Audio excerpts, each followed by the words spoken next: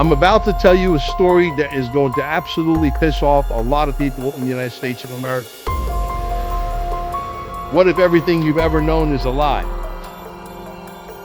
Because I'm going to tell you right now, we're going to prove beyond a shadow of a doubt that we've been bamboozled in ways that you can't even imagine. From the creator who dared to question everything in Dear Mr. President comes a revelation so explosive it will shatter your perception of reality. This is the biggest scam ever, and your government, it thinks that you are stupid. And the whole fake system is set up. It's all fake. The straw man, the greatest heist in history. Before your first breath, a covert system claimed you a ghostly double made of paper, a financial slave in a world you can't even see. The straw man. I am not that fucking straw man. That's not me. I am not all cap letters. I am me. They've used your name as currency, trading your life in a game rigged from the start.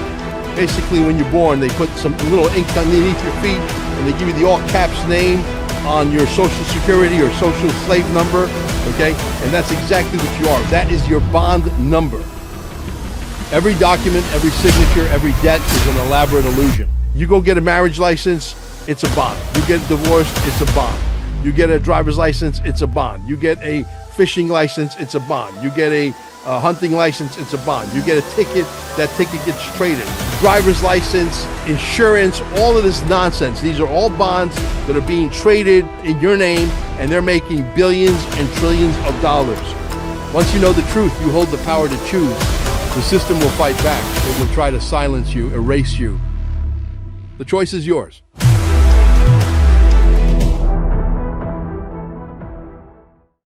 It appears that a reset button has been pushed, taking us from the old guard to the new. So, family, without any further ado, help me introduce to some and present to others my friend, my great friend, none other than Mel Carmine. Hi, Mel. How are you? Hey, I'm doing fantastic. I mean, I don't know. Someone was camping out to see Mel Carmine overnight. That is someone. crazy. No, it was someone's. Oh my God! Many people. That's many crazy. people. Yes, they were here waiting for you, Mel, and I'm just so excited. I mean, why not? I think I'm in a movie myself because I just can't believe that. Yes, sir. You are a good friend of the show. You're a good friend of mine. You do a lot of work behind the scenes preparing people for the wealth transfer. So yeah, and anybody that we support, anybody I support, they gonna support. That's awesome. But you've done the work on your own, and then we brought you on earlier, and, Mel, when they saw all the work you were doing with the Stay Alive, the testimony from your mom and how the things that you're doing healed her and healed a lot of people. I mean, they were very touched. 11 years, almost 11 years at this digital asset stuff. And I tell you, it's been one incredible ride. We all thought it was going to happen a few years back. It didn't happen. Obviously, there's a major struggle that is making sure that people that look like you and I and people that are probably part of our audience do not become the ruling class. They can't go to sleep and wake up in the morning with understanding that is going to be an actual fact, that we are going to be the new ruling class, and there's nothing that could stop what's coming. And so with that said, they are literally freaked out, not to mention the fact that a lot of them are literally running for their own lives. And, it's an interesting movie. And as bad as we want the wealth transfer to happen, I think a lot of us are going to be pissed off a little bit. A little part of us is going to be pissed off that the movie's actually over. Really? Why do you think that? Because it's such a fun ride and try to decode everything. Imagine we wake up one day, we have nothing to decode because we have won the war.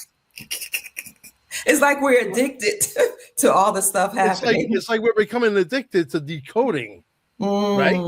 It's like we have to go to like decode Anonymous. Right. Hi, my name is Mel Carmine, and I used to be a decoder. and I'm off the drugs now. And we'll all say, "Hi, Mel, welcome."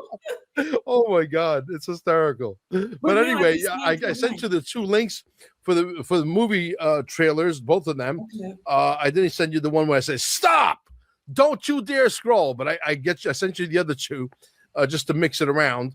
Okay. And you can play it there on your side. I can tell you the movie is coming out in like less than 13 hours.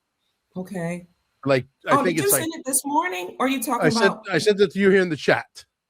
Oh, in the chat. Oh, great. That's perfect. I made it easy for you. You sure did. Lord, thank you.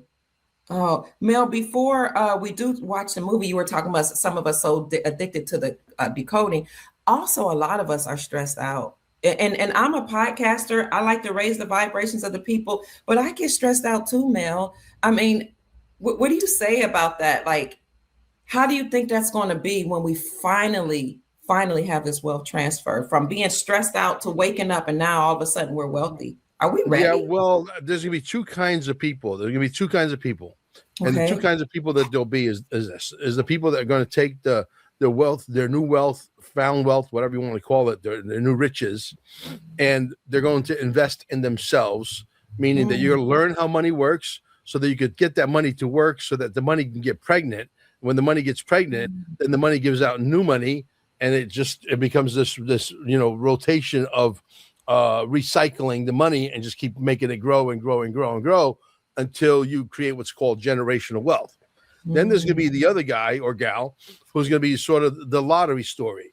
You know, these guys that win the lottery and 5 years later, they're completely broke. They bought all of their friends and families homes. They never put the money to work. They never went to go learn how to make the money work for them. And next thing you know, they're literally filing bankruptcy, but they won $50 million 6 years ago. Right. You understand? So that's going to be, there's going to be a lot of stories like that. And if I could give anybody any advice, take time to invest in yourself. You'll have all the money in the world. Learn how money works. Find your favorite coach of how to make your money grow. Be very careful. Do not be one of the first ones to go in. Let somebody else go in first. Okay. Let somebody else get hurt first.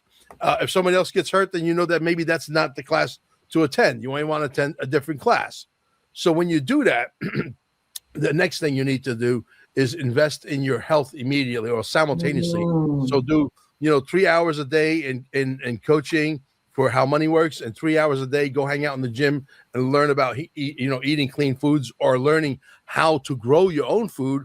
You want to follow my good friend Jim Gale of foodforestabundance.com, and he grows what's called a perennial garden where you only plant it once and it grows by itself and it's seasonal and he's got food all year round.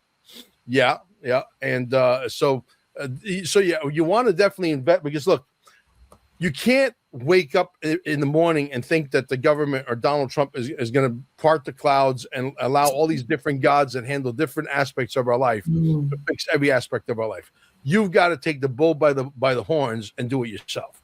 That's why, for example, we're coming up with Tube 1776, because even though Donald Trump, they've seen part of the movie. I know the kids have seen part of the movie. I know the kids watched the trailers. I know that to be a fact. Oh, wow. Even though I have not, verified directly with them, the people that are in cahoots with the White House are very close. I mean, they communicate on a regular basis, once a week, once every other week, whatever. And I've been told, yes, they know about you, they know about the chair, they know about the movie, they know about the whole thing. So, yeah, exactly. So with that said, they actually went and signed a what you call a executive order, a presidential executive order to stop censorship. Did they stop censorship? No, of course not. No. Okay. So you got to take the bull by the horn. So I said, okay, you guys want to play? Let's play. Let's get dirty. Okay. So I've now initiated, and I'm waiting to meet with programmers as early as today, tomorrow, artificial intelligence programmers, the best money could buy, to start building out what's called Tube 1776. And I'm going to make a lot of money for the Dr. Kia Pruitts. I'm going to make a lot of money for the Nino Rodriguez's.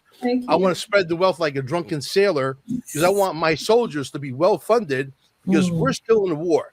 We've got to win this war decisively. Not, we won that part of the war. we lost that part of the war. No, there is no compromises here.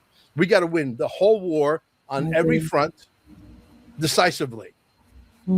So in order to do that, I want people to be able to come to a Tube 1776, and there's an opportunity, a true opportunity there that you could visibly see. Say, oh my God, if I build, 20,000 subscribers, you're telling me that I could make, 100,000 a month? Yes. Okay, because that's going to give you the incentive to want to grow to 200,000 a month and bring in 40,000 subscribers. Okay, it's going to be a real opportunity for everybody to get involved. And we're playing around with little different things. I don't want to give you the secret sauce to the idea, but there's so many components because we're building it modularly, if you will, that will give you freebies like a place where there's a classified ad section, and you could do a garage sale or sell your car or sell your jet ski or sell your mobile home, whatever, or a fishing pole. So there's gonna be so much value that the minimal cost, which is under $10, is not even a thought. No, not a big deal. Okay, $10 a month is not going to put anybody in the poor bank when you go to Starbucks and pay $12 for a latte. Yeah, correct. So we got to take the bull by the horn. The reason why I come out with this movie, I'm hoping that the movie really truly grows a lot of legs. Why? I need the money so that I could fund all these other projects so that we can absolutely kick the ass of the YouTubes and the Facebooks and the Instagrams and so on. Right. I need the money to come up with the other movie that's going to come out, which is a 17-part series or maybe a 10-hour documentary that talks about, it shows actually we have software now, artificial intelligence software that we can actually put Donald Trump at the scene of the crime. Okay. In the room with the generals, where the generals are asking him, say, listen, we got to take out Obama or you got to run for president. What are we going to do? So we can actually do that. And you can't tell the difference. You think that I hired Donald Trump and the generals to actually shoot that scene on site. It's that accurate. It's that realistic. So, and he's going to be coming down the escalators when he makes the announcement to become president. He's got the sign behind him, money exchange. How do we tie in the XRP and the quantum financial system and the dinars, all of it, right into the whole story with the big letter Q. So I need the money. I need everybody in your audience to contact 2 people, 3 people, 5 people, 10 people, as many people as you can contact. Say, you got to watch the movie because Mel needs the money to create the most amazing movie of our. So by the time we get to tell the story, because this is not going to be like, a 2 weekend operation and boom, voila, we got the movie. No, by the time we get done with the movie, we're probably going well into 2027. Okay, which means the arrests have happened.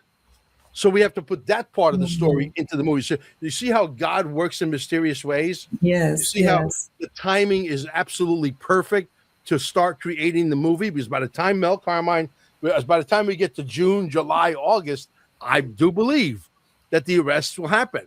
And we will still be telling the story. We were sort of catching up to the story, and we have to put that part of it in it. Why? Because it happened. I agree that the arrests are happening too, because I've seen reports about FBI raids of different departments, FBI raids of judges' chambers. It's happening. And it is happening on the lower levels. And they're giving up the big fish. They're all talking like little canaries right now. Right. Okay? Because they say, I'll take the 25-year sentence. Please don't kill me. Okay. Hoping that, we do get some kind of life extension and they get to come out of jail and live, 800 years. But that's probably not going to be available to criminals like that. If I could have my cake and eat it too, I would absolutely, I would love to be in charge of the torture chambers. Mel. Not that I'm an evil guy. I'm not an evil guy. It's just that I want to be able to give them a little taste of their own medicine. This is what you've done to humanity for the last, 80, 90, 100 years. You can't, just put you to death with one bullet and you're gone. It's like somebody hitting the switch. You're not even going to feel anything. Right. We want them to suffer for all the suffering. A little bit, just a little suffering. What do you say to our sister Tia feels that Trump isn't doing anything but protecting the 1%? You have a lot of people who don't really see what he's doing for our nation. And I respect your your perspective, Sister Tia. I'm going to ask our guest to respond. What do you she's think? saying that he's not doing anything to protect the 1% or the 99%. He isn't doing anything but protecting the 1%. I think she's saying. I totally disagree. Okay. I'll tell you why. Because why would he go in front of an audience talking to 68 or 78,000 people and tell them, hey, I think we're going to get rid of the IRS permanently? And then he shuts the hell up because he wants to hear the crowd say, the reaction, because he's test marketing, right? Why did he already get rid of income taxes for waitresses and overtime, people who work overtime, etc.? Why did he do that if he's not trying to help, the little people? Listen, you have to understand or understand the fact that when you have people back when I was in high school in 1982 working for the IRS who knew that the IRS was a legal corporation registered in Puerto Rico, had nothing to do with the United States government, they said, oh, this is a great idea. Let's tie it into the judicial system, the crows with the black robes. Let's tie it into the police department, the sheriff's department, and let's give them access to the jail cell that if they don't pay their income taxes, we're going to put them in jail. Let's put the fear of God in them and work flawlessly, work great. But the actual IRS has nothing to do with the United States government. It's as Federal Express. Okay? So they were supposed to actually do away with it. They said, hey, we're going to go into World War II. We're going to get the IRS. We're going to raise the money to go into war, and then we're going to get rid of it. But because they got used to that gravy train, they kept it. But no, I disagree. I totally vehemently disagree that Donald Trump is not working for the little people. As a matter of fact, he's the only president that could pull this off at this particular time. This is a military operation. This is central casting on steroids. And you got to understand the movie. If the elevator doesn't get to the top floor to understand the movie, I feel sorry for you. Here's the book when you talk about military operation. This is the United States Department of Defense Law of War Manual. When you peruse through this book and you understand what's going on, you know that the military is actually in control, and President Donald Trump is the commander-in-chief of the said military. And also for those that are saying no arrests have occurred, you may not know, Mel and I have been watching this movie for a very long time. In 2018, there was a website called C-Vine, c-vine.net. And on C-Vine, you could actually watch military tribunals, many of which I have seen. Now, they didn't show people being hung or anything like that at the gallows, but they did show tribunals occurring. And then there was this website out called resignation.info. These are notable resignations, that forced resignations. People are also forced to retire early, and arrests that occurred within 10,000 organizations in 171 countries. This was about 14,000 people. This occurred between 2017 and I think 2023. They need to update this. So here you will see the president of the World Bank. You'll see vice presidents of countries like South Africa, CEO of YouTube, commissioners of police departments, prime ministers, bankers, all listed from all over the world. I would encourage you to go to resignation.info, because when I first started reporting on this, anytime I tried to report about all these people that were forced to resign early because of their involvement in the deep state, I would get flagged from YouTube. I have many channels that have been taken down, as well as Mel Carmine, because we reported on things like this. So I'm going to put that in the chat for you, family, so that you can look over this resignation list, and you'll see later on as we move forward more and more proof. As for a matter of fact, I tried to post that and they won't allow me to post that. Listen, it says failed to post on Facebook. Here's what Facebook said. Resignation.info, your content cannot be shared because the link goes against our community standards. Why? Yes, because they're communists. That's why. Because they're Marxist. That's why. You're not allowed to speak freely or speak your mind. That's why we're going to create tube1776.com. I actually locked up YouTube1776.com. My lawyer said, "Are you crazy? YouTube's got a million lawyers. They're gonna crush you like the cockroach that you are." Okay. So with that said, I said, why don't we just drop the U and just leave it tube 1776? That works. Great. Perfect. Let's run with that. But the reality is they have bit a little more than they can chew. They thought that no one's going to do anything about it. And there are people like myself that, yes, we will do something about it. Yes, we are fearless. Yes, we're not afraid of you. Not even a little bit. Okay. And we're going to do something about it. You know why? Because the people are primed for it. People have had it with being unsubscribed to their favorite, YouTuber or podcaster. People have had it with the censorship. As long as you don't do, transtestical bed story times to our children, okay? As long as you don't do death threats, and as long as you watermark all the artificial intelligence videos, because the artificial intelligence videos are so well done that what? You can't tell the difference between real and not real. So because of that fact, it has to be watermarked. So that if there's a scam like, Brad Garlinghouse from what do you call it? Ripple.com. Okay. If Brad Garlinghouse comes on the airwaves and says, "Hey, send me 200 XRP and I'll send you back 20,000 XRP," that's a scam. Or if somebody comes in and does a commercial, see, YouTube is liable and they're complicit in crimes, as far as I'm concerned. Why? Okay. Because they allow these commercials to go through because the criminals are paying them what? Advertising revenue. What? Yeah. What if you came to our platform and there is no advertising? What if you have to click on the advertising to see the advertising? What if we're never going to interrupt your show ever? What if it costs $9.29? What if we gave you an opportunity to make that back 100 times, legitimate opportunity where it doesn't cost you any upfront money?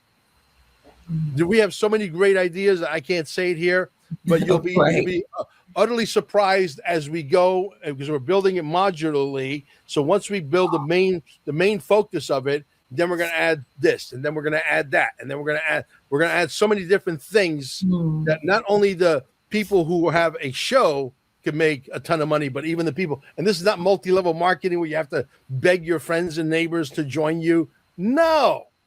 First of all, I'm not. I've done network marketing. I'm guilty as charged, but I'm not one of the guys that will chase you. I will ask you one time, and if you say no to me, I'll never ask you a second time. I couldn't give it to you. What I like about your grit and what you do is you create your own reality, Mel. You create the life that you want for yourself and your bloodline and your family. There's someone here, just interested, said, just interested, I like that, says the only job that's yours is the one you create for yourself. That's true. Before we go into the movie, Mel, can you talk about how your family had a piece of business and, how you revamped what you did to create the reality you wanted for your family? Absolutely. Yeah, okay. Sure. I let's do a long podcast today. I got time. Okay. My next podcast won't be till like 1 o'clock, 2 o'clock in the afternoon with the famous Jerry Reed. I'm sure a lot of your fans follow Jerry as well. So we're going to be on with Jerry here about 1 o'clock, 2 o'clock Eastern Standard. We came to the United States. First of all, we tried to escape the mob. My mom even reminded me this weekend. I was there in front of my wife. My wife was like, "Oh my God, what I got myself into?" We're legitimate people, but we had the opportunity to join the mob and be part of the criminal enterprise in Sicily. My mom had wanted nothing to do with it. So we broke the chain. We moved to northern Italy. Then my uncle started to come up north a lot. And my mom got scared. So she called my uncle. Before you do that, Mel, why are the Sicilians looked upon? Sicilians, I've heard from some of my Sicilian friends, are not treated as well as others in Italy. Why? Because it's the southern and northern thing, which happens in every country, that the northerners feel that they're superior to the southerners. Wow. Yeah. Okay. And I don't know why that is. I mean, I personally think that there's good people up in the north and there's bad people in the north. There's good people in the Midwest, and there's bad people in the Midwest. You know what I mean? Okay. So, so we moved up there to escape sort of the mafia. Okay. My father, unfortunately, he couldn't keep it in his pants, if you know what I mean, and he was cheating on my mom, and unfortunately, some of the girls that he was sleeping with were gangsters' daughters. And the next thing you know, we got people with machine guns and automatic weapons looking for my dad. So my dad had to literally escape in the middle of the night to come to, go to Sicily and hide until we tell him it's okay to come out of the closet now. And then we took him on a cruise ship to America, which he cheated on my mother on the cruise ship as well. He's a great guy. He's a great provider. He's a great storyteller. He's funny. He's witty, but he just liked women a little bit too much. The women. Yeah, he was a womanizer. Yes, family. Ace. Yes, the Moors were also in Sicily, and the Sicilians know about their African ancestry. Go ahead, Mel. Absolutely. So anyway, as my uncle starts to come up north, more frequent, because my even though he never said to anybody in the family, he said, "Hey, I'm part of the Cosa Nostra. I'm part of the mafia. I'm part of." He never ever told us that. But when he went from being a zero to being a hero overnight and owning apartment buildings that are 50 units, 60 units, 70 units all over the city that he was born in, we said, wait a minute, how the hell did you go from zero to hero without a formal education? Except he was very good with he had he was in the agriculture business. He had a bunch of people working for him. He was a genius with math, and he was a great businessman, even though he couldn't sign his name. Wow. Yeah. True story. So he made a lot of money very, very quickly. So we realized there's got to be something going on. My cousin also, who's been hiding for a long, long time, has nothing to do with these people anymore. My cousin Silvio, who lives somewhere in Europe, let's just say that, okay, for his safety. He, same thing. When he got married, my uncle was in the church overlooking, and he had people outside with machine guns because he thought that they were because he was running with a crew. And he thought that when he came to Sicily to marry his bride and move away, that they were going to kill him in the church. So my uncle hired a bunch of guys with guns to be outside the church, et cetera, et cetera. So the bottom line is that, we were raised in that environment. And because Sicily doesn't have opportunity, if Sicily was its own country, which it was at one point, it was actually owned by Greece, and then then it was independent, and then it became, part of Italy. But the reality is, if Sicily, even today in 2026, if Sicily was its own country, it would be considered a third world country for the most part of it. I mean, there's some wealth there, yes, like there is in poor countries like Costa Rica and Panama and so on. Same thing with Sicily. But the reality is that Sicily by itself is a third world country. It's a beautiful country. It's a gorgeous island. The people will give you everything they have. They're either gangsters, which is a very small percentages, or they're very, very almost too good. That's why the mob is if you will. And so I wait, say that again. But I also noticed one thing. I hate to even admit this on live television. Can you hear me? I can hear you now. You have frozen. Can you hear me? A little bit. Yes. Hello? I can hear you. Can y'all hear it? I can hear you. The bandwidth is a little bad. Can you hear me? I can hear you on my end right now, but it's like you're dragging. You're rugging, as they say on X. Can you hear me? I can hear you well. Yes, I can hear you. They can hear you. The audience can hear you. I can hear you. Okay. Can you guys hear also Dr. Pruitt?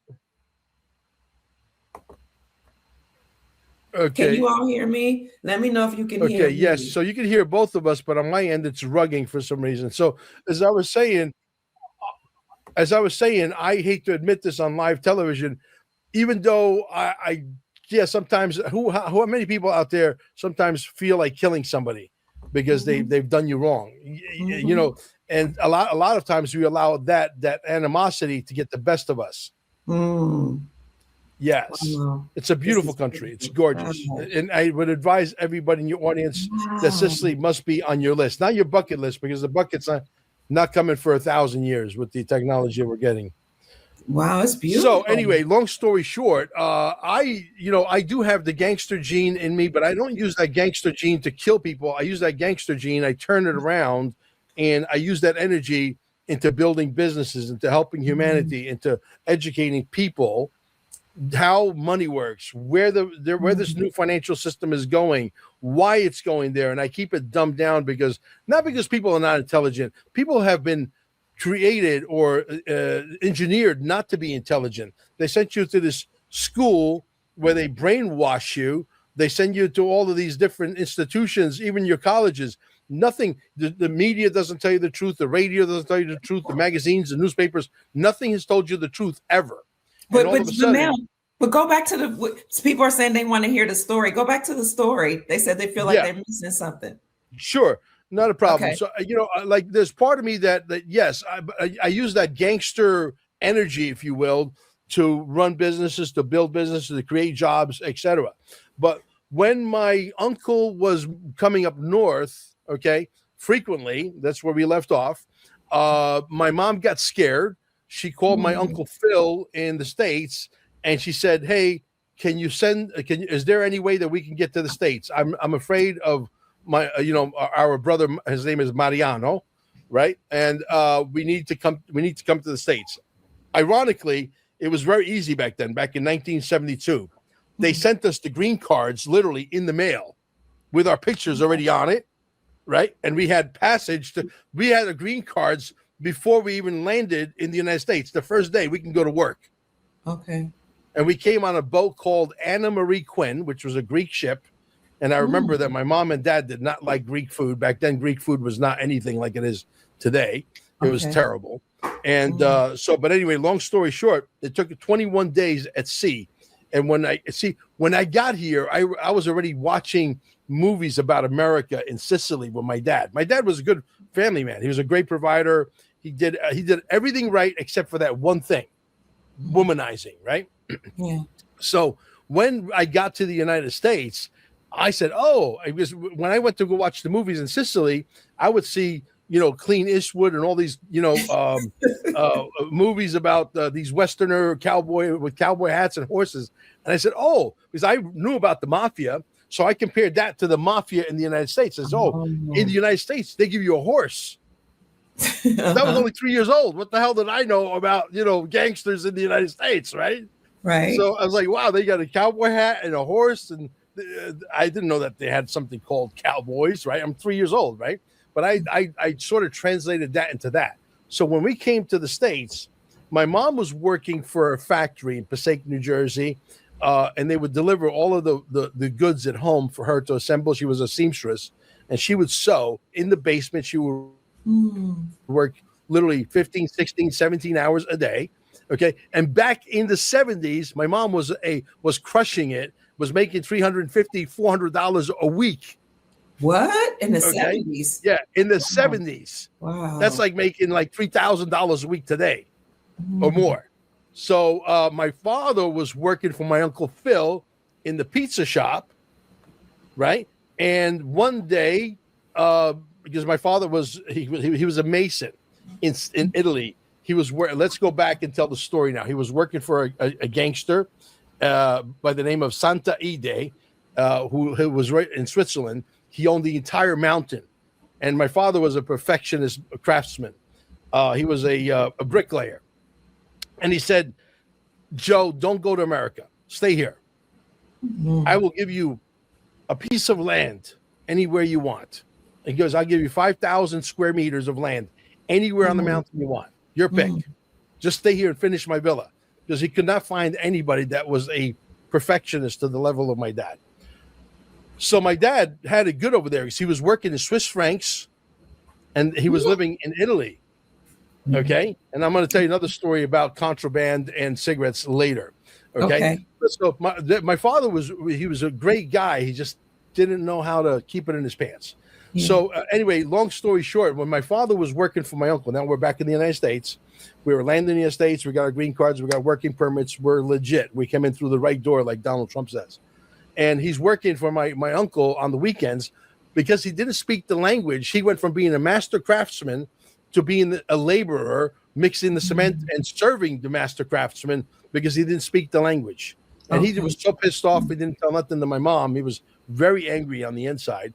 So he had to make ends meet. He would go work for my uncle's pizza shop. And my uncle's pizza shop was very successful. He had like 8-9 drivers on a Friday, Saturday night. And he was killing it. He was making so much money. He was buying a house every other month. And I'll tell you that story as well. So, but anyway, one day on the conversation, he overhears my uncle Phil say, you know, if I find the right buyer, I will sell this pizza shop. My father goes home and tells my mom, says, hey, your brother wants to sell the pizza shop. He goes, you got to be kidding me. So she calls. She says, is it true? I heard you're going to sell the pizza shop. Yeah. If I find the right buyer. My mom, because my mom likes her, you know, women from back then are women that were feminine. They lived in their femininity. They loved their femininity. Not like today, these feminist women that are, you know, out of control. I don't want to get into that subject. But, yeah. So my mom said to my dad, because she allows the man to lead, okay? She said, go back and tell my brother that we're interested in buying the pizza shops. They had accumulated enough money, making $400 a week, okay? Because the rent was like $100 a month, $120 a month, okay? And we were renting one of my uncle's homes back then because he was buying a home every other month. So go back and tell my brother that I want to buy his pizza shop. Great. Next thing you know, my uncle's wife intervenes. Nope. If we're going to sell the pizza shop to your sister, we're going to sell it to my sister instead. And there lies the problem. And the family drama started from that point forward. Okay. So my mom and dad went to my mom's cousin. His name is Nino Munafal. Nino Munafal owned a pizzeria in East Rutherford, New Jersey on Park Avenue and Patterson Plank Road. And they opened up their pizza shop in 1973, end of 73. Did pizza shops do well back then? People? Oh my God, they were crushing it. They were crushing it. Okay. And so what happened was that my mom and dad both spoke zero English, but here they are. They own a pizza shop. Nino Munafo sold his pizza shop to my mom and dad. Okay. And I remember the only thing we sold was this, meatball sandwiches, lasagna, pizza, nothing fancy, a couple of cold cut sandwiches. And I remember the fountain soda, the one that you put the syrup in there and you mix it with water and voila, you got, you know what I'm talking about, orange and grape, right? And I remember we were selling a slice of pizza for 45 cents. You could buy a whole pizza for $2.50. But who patronized pizza shops back then? Was it just Italians or did everybody eat pizza? No, it wasn't as popular as it is today, but it was definitely popular and you could make a very good living at it. As a matter of fact, the pizza shop was doing about $1,500 a week in business, which 50% of that typically is profit, right? Right. And my mom and dad took it over. They had it cranked up to about $4,000 a week, making $4,000 a week, which is 3 times what the original guy was doing. That's like crushing it, especially back then. Okay. So, and they did very, very well, but because they didn't speak any English, they brought in this guy who is my father's first cousin. My father's father and his father were brothers from Astoria, Queens, New York. This guy was allergic to flour. He was allergic to the detergent, so he didn't wash any dishes. He didn't make any pizzas. He would go on deliveries and he would steal the money. Right? So my father got tired one day and he said, you know what? You have a choice this morning. I'm either going to break your kneecaps and take you to the hospital myself, or I'm going to take you to the lawyers and you're going to sign a piece of paper and you're gone. Anyway, long story short, we had to pay him like $10,000 to get him out. We had insurance on we had insurance on the pizza shop itself, but one morning my mom and dad go to work. Pizza shop is gone. It's burned down. Oh. Yeah. Intentionally. This is it. It's somebody, we call it Jewish lightning in New York, New Jersey. Okay. So anyway, my father goes to the insurance. It was called Damore Agency, Damore Insurance Agency, which is like literally a block away. He said, "Why did you not call me that the pizza shop was on fire?"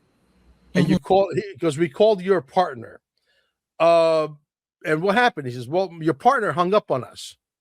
My father says, "Well, guess what? He's no longer my partner." So the insurance company put two and two together and realized, oh my God, probably your partner burned you down. Oh my God. That's exactly what happened. Yeah, till today, we know for an absolute fact, even though we don't have any proof, okay? Just like we don't have any proof that the New World Order exists and all of that. Right. That my father's cousin burned down the pizza shop. With that said, we had already purchased a home in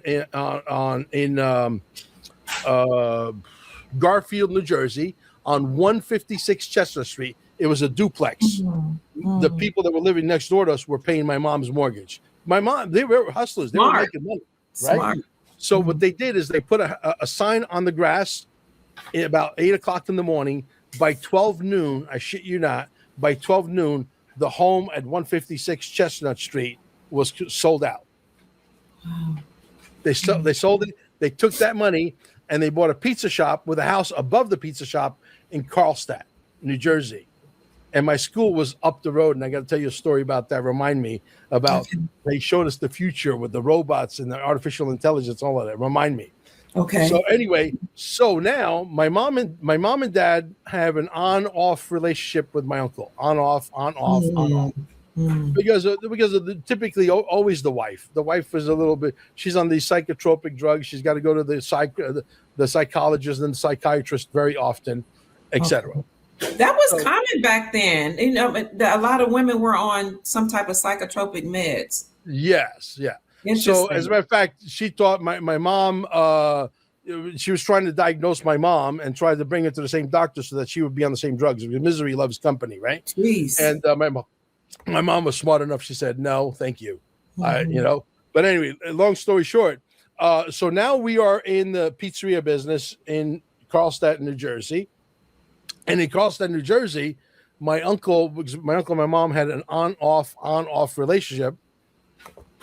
He actually comes to my pizza shop when they were actually talking, and all of a sudden, the guy that used the excuse with my mom not to sell her the pizza shop, you guys don't speak the languages, I don't think you're capable, blah blah blah blah blah blah blah, all the excuses. The guy that said that to my mom came to my pizza shop, which had 96 items on the menu, and he thought he was a hot shot. He saw the phone's ringing off the hook, so he picks up the phone, and all of a sudden, this factory calls and puts in an order for $196 with all chicken parmesan, shrimp parmesan, antipasto salad, tortellini Alfredo, all this stuff, right? And all of a sudden he goes like this. He goes, "I have no idea what they're talking about," and hands the phone over to my mom. So my mom grabs the phone. She goes, "Oh, was I the one that she's holding the microphone so they can hear? I was the one that wasn't qualified, that was not good enough, and you can't even answer the phone in my pizza shop." Whoa, you're talking about timing, right? Woo. Talk about timing. But anyway, I was going to school up the road called Washington School. I was in grammar school. I'm in 6th grade, 7th grade in Carlstadt. That's where I'm at. And could you speak English at the time? Could you speak English?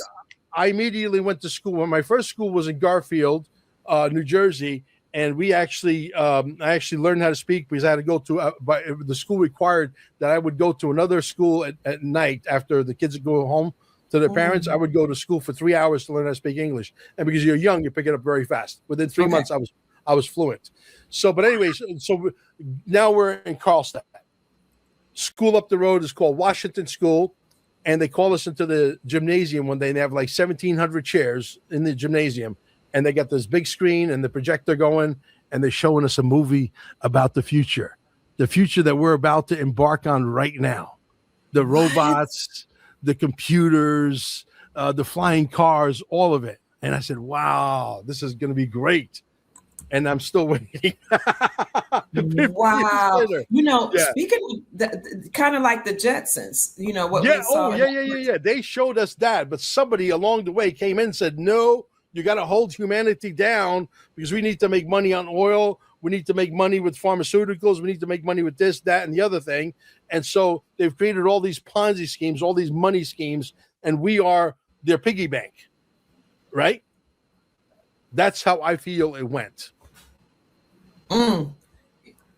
Right. I'm trying to bring up to go along with what you're saying.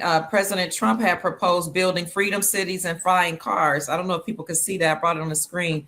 There's a big old ad here. But yeah, President Trump said what you saw at your school. President Trump said that he was going to usher that in. They actually showed us the future. Great. So what did you think when you saw that? Well, I knew because I was always, I wouldn't say more intelligent than everybody else, but I like to, I had a vision for the future, and I sort of resonated with that immediately, even at a young age. I didn't believe we're going to be driving, 4 rubber tires and scrape the earth like a bunch of turkeys, forever, but because somebody, what happened? Is that a timeout or something? No, I don't know. I just heard this buzz that happened. It's probably the New World Order. Don't worry about it. Let's keep going. But okay, 1 second, Mel, before you go on. Someone, Love Hug, said, I grew up in that area. It brings back lots of memories. Where did Mel's mom work in Passaic? I'm loving this show, Dr. Pruitt. You look beautiful. Thank you. Yeah. So Passaic, New Jersey had a factory that would deliver the work at home. My mom was probably the first work at home mom in New Jersey, because she would work in her basement and they would deliver all of the stuff that she would need to sew together. And then they would come and pick it up, or my father would drop it off if he had time directly to the factory. I don't know the name of the factory, but it was a factory that manufactured clothes. Okay. And so that's what she would do. And it was the same thing over and over again. And she had us, even the kids, working because when she would sew all these things together, there was something that needed to be cut. So I was there at an early age cutting shit. Child labor. So, yeah. Helping the family, though, right? Huh? Did you a child labor working for the family? For the family, yeah. Always a family business.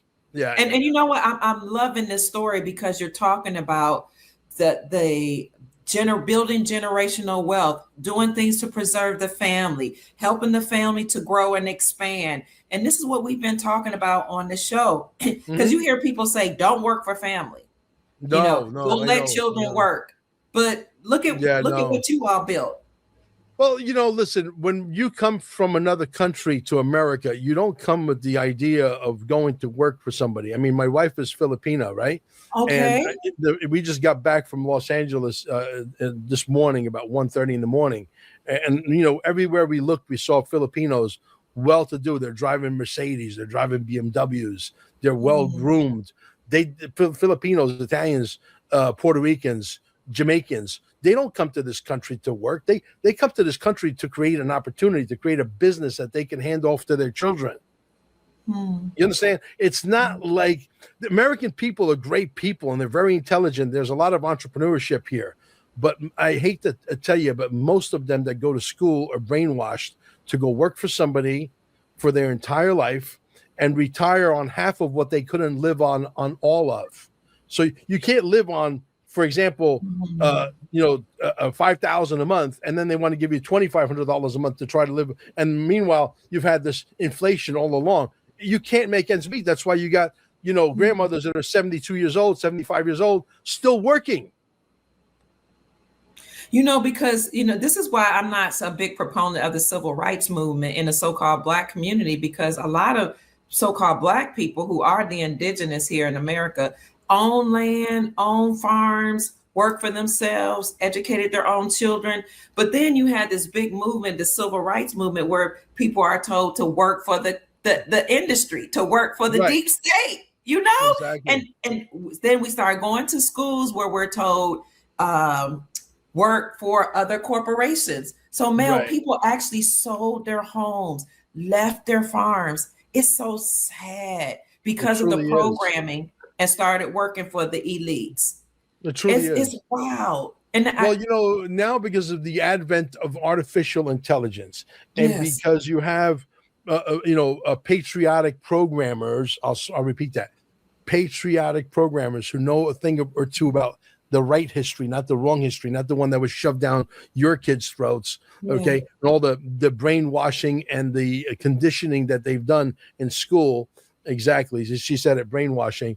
You know, you have an opportunity today to send your kids to school, to an artificial intelligence school online for 3 hours, then let them go in the playground and exchange mucus and saliva and kiss each other and hug each other. That's the real vaccine. Okay, by the way. Okay, play around with the dirt, put some of that dirt in your mouth, and then your body creates the immune system. Okay, absolutely. That's the way it should be done. But they wanted to create a society that works as a slave. You're on the hamster wheel. You don't know how to get off the hamster wheel. You can't live on half of what you can made of all of. Your kids are enslaved. Everybody's got a Marxist mentality, except for guys like me. You can't penetrate me. You can't. You can't do it. My mom got called into the PTA meetings many a times. They said he's brilliant, but we cannot penetrate him. So did you get in trouble with the school system? Because all the time. I can bet. All the time. I was a badass. When I went to move from Beckton Regional, East Rutherford, New Jersey, my first year of high school was there, my freshman year. Then we moved to Saddlebrook. And when I got to Saddlebrook, I'm the new kid on the block. And I'll tell you a little cute story. And it's a real story. He lives on the books, I'm sure, somewhere in Saddlebrook High School. But when I got there, there's these two bullies. Back then, there wasn't even the terminology bully didn't even exist. But these two bullies, I know one guy's name was Jimmy Devine. I don't know what the other guy's name was. And remember those chairs table combination? Yeah, I do. Yes. Well, they turned me upside down in a way where I couldn't get out, and they kicked the shit out of me. Wow. About a week and a half later, 2 weeks later, after I healed, I went to my teacher, Mr. Bargel. Look him up. I don't know if you still know Mr. Bargel. He's the woodshop teacher. Why would Mel be going to the woodshop teacher after two guys just kicked the shit out of him in a desk upside down? Okay, why?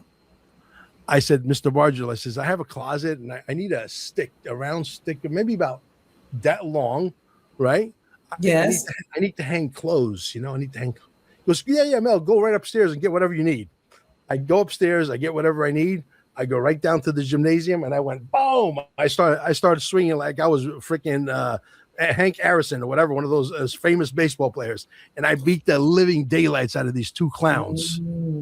I left them on the floor and they're like, oh, no more. They're like little bitches. And all of a sudden, guess what? There's a new sheriff in town. His name is Mel Carmine. The Bianco brothers. Yeah. The Bianco brothers, who are twin brothers, who are high school, college superstars. Okay. They're like, oh, there's the new dude. Okay. And they realize that, okay, this is not a guy that's going to lay down. And I never laid down to anything. I see. But you came to America with that, you know, like that fight, that fire. Oh yeah. Absolutely. Yeah. Absolutely. Wow. But they knew that I was not a guy to be messed with. I didn't go there to beat people up. I wasn't a bully, but don't bully me, because if you bully me, I'll come back and bully you, and you're not going to like the way I bully you. Right? So, but anyway, it was interesting. So I got expelled for that, by the way, which was normal. They were thinking about expelling me permanently. So they called my dad in. My dad comes in with these big, you know, freaking gangster glasses, and he listens to the vice president, the vice principal, and the principal, and all the school board and everybody. And he lets everybody talk, doesn't say one single word except for the end.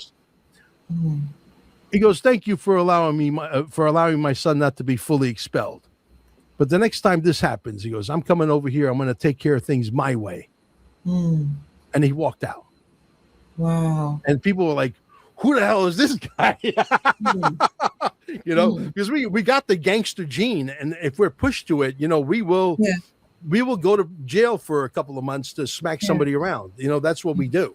And I think that's human nature, you know, to protect yourself, protect your family. Absolutely, it is. But it's been beaten out of us with this whole militia of the police, you know. Oh yeah. And the soy boys, and give them soy lattes, and they started to make soy products very popular back in the late 80s. How do I know about not late 80s? I'm sorry, early 80s. Okay. I know about that because in 1983, I went to California for the first time in my life. Okay. And when I get to California for the first time in my life, I was in a very fancy supermarket that resembled today's Whole Foods, if you will. And I'm sitting there, and everything was made from soy. The chicken cutlets are made from soy. The meatballs are made from soy. The sausage was made from soy. All the meat products were all made from soy. I'm like, what the hell is? I had to try it, you know, because human nature is like, hey, I'm curious. What is this shit? Then I started doing some research. All right. This is before the internet, and realized that this soy, estrogen, not good for you. And I had friends back then that were into naturopathic stuff, and they're like, no. You don't want to touch soy. So, but they did this deliberately to feminize our men in case the New World Order would win, that these men who are now soy boys would just roll over and do whatever they're told. Now there's nobody to protect the women, the children, the community, nothing. You want your men to be masculine. You want your women to be feminine. Why? Because the men's role is to protect his castle at all costs. I would love to flash what I have here, a 9mm, and it's always sitting next to me. You know. Okay. No one's gonna David Wilcox Mel Carmine. I can assure you of that. I know that's right. All right. I know that's right. So our men were created to protect, right? Created for war. Absolutely. We were created to hunt. And why do you think back in the 60s and 70s people were so fit? Okay, because they didn't poison our food. Why do you think when we were hunter gatherers, we were fit? Because we would go days sometimes without eating, which now we call fasting. Right. Okay. When you catch some food, you eat some food. You don't catch food for 2 days, you don't eat for 2 days. Right? Yes. So all of a sudden now you look around you, and 80% of America is morbidly obese. Morbidly. How the hell did we get here? Well, the food is very addictive. They got chemicals in the food that you don't know what they are. You don't know how to pronounce them. You don't know how to even read those names that are so long. Right? But yet we ingest this stuff that we don't know what the hell it is we're ingesting. And here we got RFK. I'm sorry, RFK. I'm going to call you out, dude. Okay? It doesn't take forever to clean the food supply. What it takes is one executive order, a police force that is up on food, that is experts in food. Okay. We come and inspect your food plant. These are the ingredients you can use. These are the ingredients you can't use. And if you're using any of the ingredients you can't use, there's no strike one, there's no strike two, there's no strike three. We shut you down immediately. We put your company up in auction, and we give it to Dr. Pruitt, who's a food expert, who's going to run it the right way. Wow. How simple is that? Why are we talking about, maybe by 2028, the food supply will be completely clean? Bullshit. How about now? How about we send an executive order, no more chemtrails. If there's chemtrails, Donald Trump doesn't have to call the local Air Force base to have you guys go up there and escort these bozos down with Sidewinder missiles and smack them as they're coming out of the cockpit, make them bleed a little bit, okay? And make that story spread a little bit. And I guarantee you, in a little bit, like 2 weeks, there's no more chemtrails. None. Somebody says you can't do that, move that quickly because of supply chain that has to be done slowly.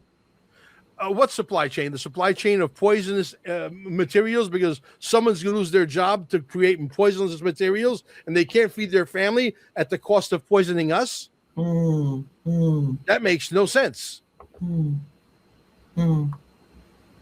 Oh, so the drugs put you in a zombie-like state, so we won't outlaw the drugs that put you in a zombie-like state, because the guys that are manufacturing the drugs need to feed their family. Come on, guys, let's get a grip on reality. Yeah, that's a good point to bring up. It just seems like some things should just be done right away, because when they were ready to shut the world down, they did it right away. To your point, the whole world, man. We woke up one day and everything was shut down. Yeah.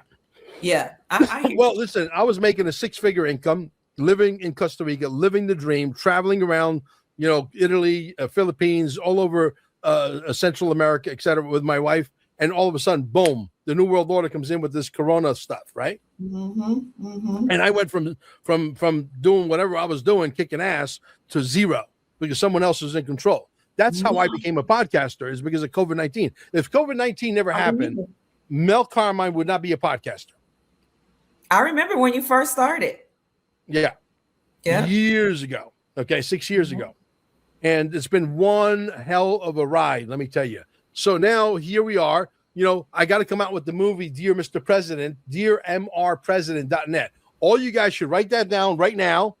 Okay. You should call everybody and say, spend the $5.89 and watch the movie. Mel needs the money to create the next movie, the Q movie. Okay. Which is going to be 17 hours long. Maybe it'll be 17-part series, 1 hour and 17 minutes each, to be able to tell the whole story. And I got to bring in top-notch consultants so that we could tell the story accurately in the proper sequence with the proper tone.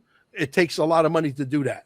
And we're building a new tube channel where all the podcasters will migrate over. Why? Because Mel is going to spread the money like a drunken sailor. That's why. And we're going to fight. We're going to fight the New World Order with some serious money. And listen, when I travel, I hate when people say, "Oh, you're a patriot," and they go like this. Yeah, I hate that too. I hate that, and I'm going to tell you why I hate that. You want this ragtag army of journalists to be well funded. When I plan a trip to go to Los Angeles or Las Vegas, wherever, on business mostly, I don't gamble, by the way. You want us to be well funded. You know why? Because I pay the same rate as Anderson Pooper from CNN. I pay the same rate as Jesse Waters from Fox. They don't say, "Oh, you're Mel Carmine. You don't make as much money as Jesse Waters. Let me give you a discount." They don't do that. Okay, so let's play the trailer. The reason why the movie dearmrpresident.net is going to exist, the reason why you're going to spread it out there, is because we're trying to piss off 350 million Americans. That's why. Which one is this? Is this something is premiering? Use the top one first, and then the second one. Go from the top to the bottom. Use the first one first, and then we'll do the second one. I'll tell you, Mel, we really enjoyed your story about your life. It just helped us to get to know you, made this show more personable. Thank you for. Oh yeah. Well, this is the very first time I've done this. You got the bragging rights. No one has ever gotten my story. I love it. and if I had to tell the whole story, it would be, we'd be here for 17 hours. Okay. Well, let me go to this movie. Hold on. Yes. I'm interested with you being Italian. What made you decide to marry your beautiful Filipino wife? Because I tell you what, I met her and I fell in love with her. Everybody does. Feminine, she's soft, she's loving, but don't get me wrong now. Well, before you hit the play button, she's a businesswoman. I trained her to be that. Let me tell you, she was not a businesswoman. Okay, she was not a businesswoman. She's a good girl. She's smart. She's graduated at the top of her class. All of that. But she's married to one of the, I consider myself to be a good entrepreneur, a top-notch entrepreneur. Excellent. And I am. Yes. I just that, early on when I was single, I did have my father's problem of chasing women, but I was single. I didn't cheat. Now I'm with my wife. I don't need another girl. I just need my wife. Right. So I after my father in that respect. But now you said something that is the reason why I went after the Asian brand is because of my mom. My mom basically said to me one day, she see me going from one relationship to another relationship to, and I've dated every national across the board. I'm not racist. Okay. I dated the entire United Nations. Right? Bill loves the ladies. Yeah. So, but the reality was my mom kept me seeing going through all these things. She said, listen, American women, because can you find the good American women? Obviously, we know that there's some really good American women, especially in the Midwest, still today. That's true. But the chances, because there's so many people that have been brainwashed with television and the internet of being masculine women, I'm not attracted to masculine women. If I was attracted to masculine women, that means I would have like homosexual tendencies, and I don't. Right? Right? So I don't like a woman who's overpowering, and I've dated a few. And how well did that go, right? So the reality is that she said, look, because you have a very strong personality, and I do, she said, the only brand that will work for you, she goes, forget Italians, forget Latins, forget American, forget all that. She goes, go to either China or Thailand or the Philippines or Japan. And so I started soliciting women on the other side of the world. And one day I met this beautiful girl by the name of Amber, and I said, would you like to be my friend? And she said, yes. I said to her, I said, could you imagine how different your world would be right now if you said no?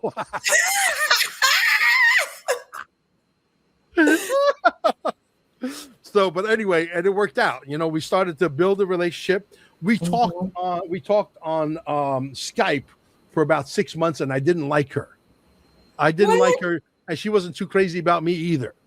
There was many days that I would wake up and I say, I think I'm going to block this girl. What? I swear to God. Why? And then she started to grow on me like mold. Fast forward 3.5 years later, and she said to me, Mel, I'm really into you. I need to be with you. You have to make a decision, because otherwise I'm going to go find myself another man. Not exactly in those words, but that's what she meant. What did that do to you when she said that? Close the sale. She closed that deal. Yes. She closed the sale. So I said, okay. So when I proposed to her, how do you think I would propose to her? Mel Carmine. How do you think a Mel Carmine would propose to somebody? I don't know, because you're such a manly dude. I don't know. I said, you gonna marry me or what? I don't know. No. I said, can you make the shot? Can you make the shot? Can you make the shot? Can you kill? Can you kill for me? Whoa. She said yes. The gangster. Oh, wow. She said yes, I will kill for you. I said, good. Now you can be my wife. Really? Yeah. But she's a feminine woman. She's feminine, but she's got to be able to pull the trigger. Ooh. You don't have to be masculine to pull the trigger. Oh, that gave me chills. That gave me chills, Mel. You don't have to be masculine to pull the trigger. Whoa. You feeling me? Whoa. That's how it happened. True story. And we went through like a drive-through. We went to my lawyer down the street in Costa Rica. We got married, and we went home and had lobster tails, just me and her. We still haven't had a traditional. She doesn't have an engagement ring. We did. We have a wedding band somewhere in our underwear drawer. We don't even wear because we're non-traditionalists. We don't. Whatever the Matrix tells us to do, we do the opposite because we hate the Matrix. Right. You know what I mean? Mel, you know, I grew up American. I grew up in when my mom, it was like a bunch of single women around, unfortunately, but she was a strong woman. I'm grateful for what she taught me. I am. She made me learn, study, go to school, all that. With my parents, it was traditional. They owned a business. She was feminine. She did all the cooking and raising of the children. He led the house. And so I got both worlds in me. But what I learned from men is that men, they desire a soft feminine woman who will ride for them. Yeah, absolutely. Well, she balances me out. Sometimes I zone out because I got so many things in my mind. I'm opening up a new business in my mind every 28 seconds. My mind is not your traditional mind of somebody who went through the traditional school. Like I told you, they told my mother he's impenetrable. We cannot penetrate him. We cannot brainwash him. Of course you can't. Wow. So you said you trained her to be the businesswoman that she is. We're going to get off that, but I've loved your story. I would give her a little task to do, and she would do the research, and she didn't know how to do it, and then she would, pass with flying colors. And I don't overwhelm her. You don't want to smother somebody and be like micromanaging somebody.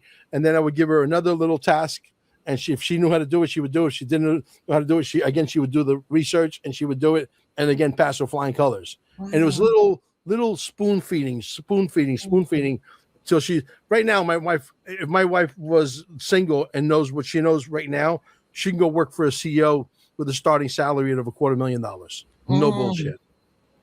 No bullshit.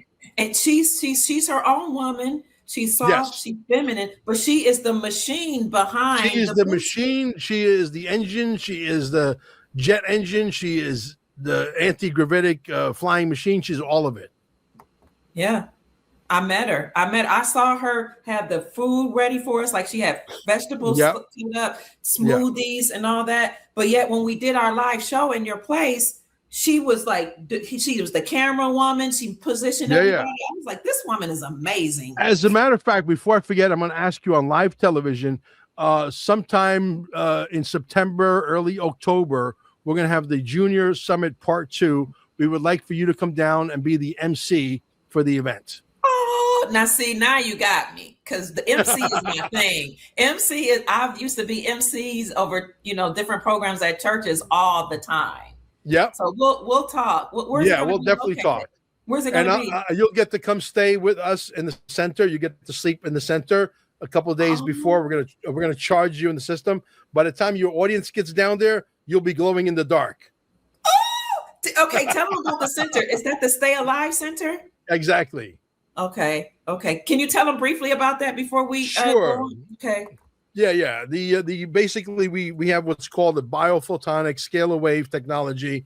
For those people that don't know what that is, it's a frequency. Like the frequency for your phone is designed to keep you going back to the medical. See, notice I have a picture of myself. I love it. But anyway, man loves himself, family. He loves it. Yeah, you have to love yourself. You can't expect anybody else to love you if you don't love yourself first. That's a fact. Come on. Okay. Yes, but sir. anyway, the biophotonic scalar energy allows your body to bring up the frequency of every cell in your body, which is approximately 33 trillion. That number, I don't know why. When Christ died, he was 33 years old. 33 trillion. I think there's something there, right? And the bottom line is that once your 33 trillion cells are fully optimized to the 90 millivolt level, I'll say that again. Once your 33 trillion cells are optimized to the 90 millivolt level, your body will repair everything and anything. I don't care what's wrong with you. I've seen people come through the door where their doctor said, go home, get your affairs in order, because you're not going to make it 2 weeks, 3 weeks. You're going to be in the dirt. You're going to be buried. You're going to be dead. Okay. And they come to us as a last resort, and they're still here today. And they're that word that starts with a C and ends with an R that we're not allowed to mention because the communist people think they own that language. That's gone, no longer. They're completely, totally, 100,000% in remission.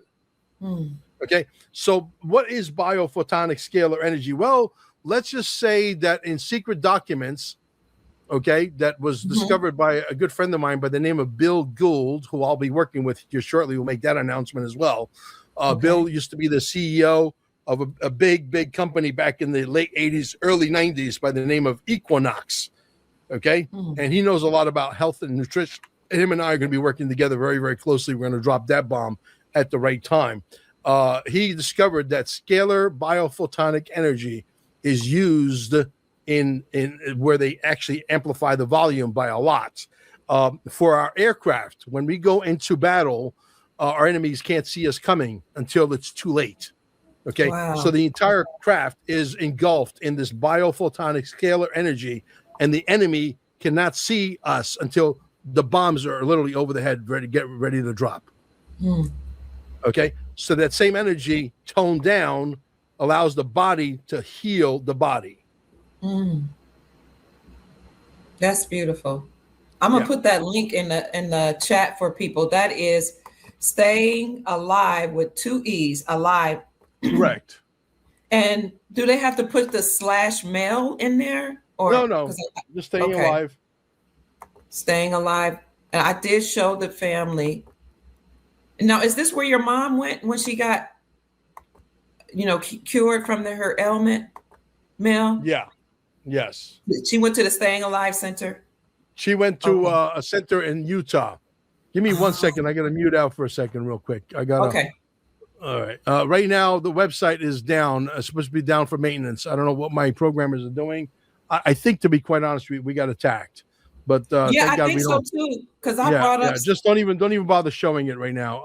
Okay. Because I went to your site. I brought up Staying Alive. That's a site, but I went to yours and it says dangerous site.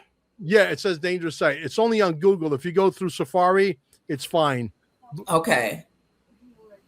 Do you want to show your grandma's testimony, or should we do that later since the site is down? Yeah, no, we'll show that later. The site's down right now. They could go anytime. The website is not dangerous. Somebody hacked into our website because I'm dangerous to the industry, if you haven't figured that out. Okay, we're about to do some serious advertising, commercials that are unique to us, that were created by me and our editing staff, that are absolutely top-notch, another level. And I believe that this is going to put a hurting on the industry. So look, when you have a situation where we could service thousands and thousands of clients at Staying Alive, and all of a sudden there's thousands and thousands of clients who no longer need their medications and their psychotropic drugs, you stand to put a existential threat on the industry. And so I'm the kind of guy that I'm a gangster. Yes, I'm a gangster for humanity. I'm here to kick ass to the bad guys and make sure you guys are okay. And then that's what I've used my gangster energy. I hone that and I use it for the right thing, right? Not the bad thing. Does that make sense? Absolutely. Mel, Queen V369 says, I don't have to be masculine. She put it in quotes. I don't have to be masculine to pull the trigger. This is so empowering. I will adopt this mindset. Thank you. Make a t-shirt. Start selling the t-shirt. You don't have to be masculine to pull the trigger. A feminine girl could pull a trigger that's got a 6 pound, with 6 pound trigger pull. Somebody said, well, reset is in the title. Yes, because everything is resetting. Everything, all the old guard is being completely wiped out. Yes. But you have to have the energy and the characteristics of somebody like a gangster that's not going to stand for the old world BS. That's why we have Mel on the show. Mel rejected the system. He rejected the programming. He rejected the whole ideology that he can't be wealthy. He can't be masculine. He can't be empowering. He can't be whatever. He rejected all that and he created a beautiful reality for himself. And this is what he's sharing with the Soul Tribe. I love it.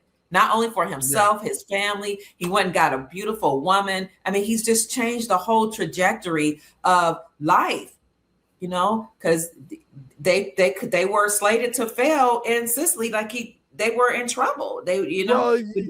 Sicily, like I said, is a third world country. When I went back about 8 years ago, and I remember my mom called me and she said, so what do you think? I was there 3 days. I said, what do I think? I says, time has stood still.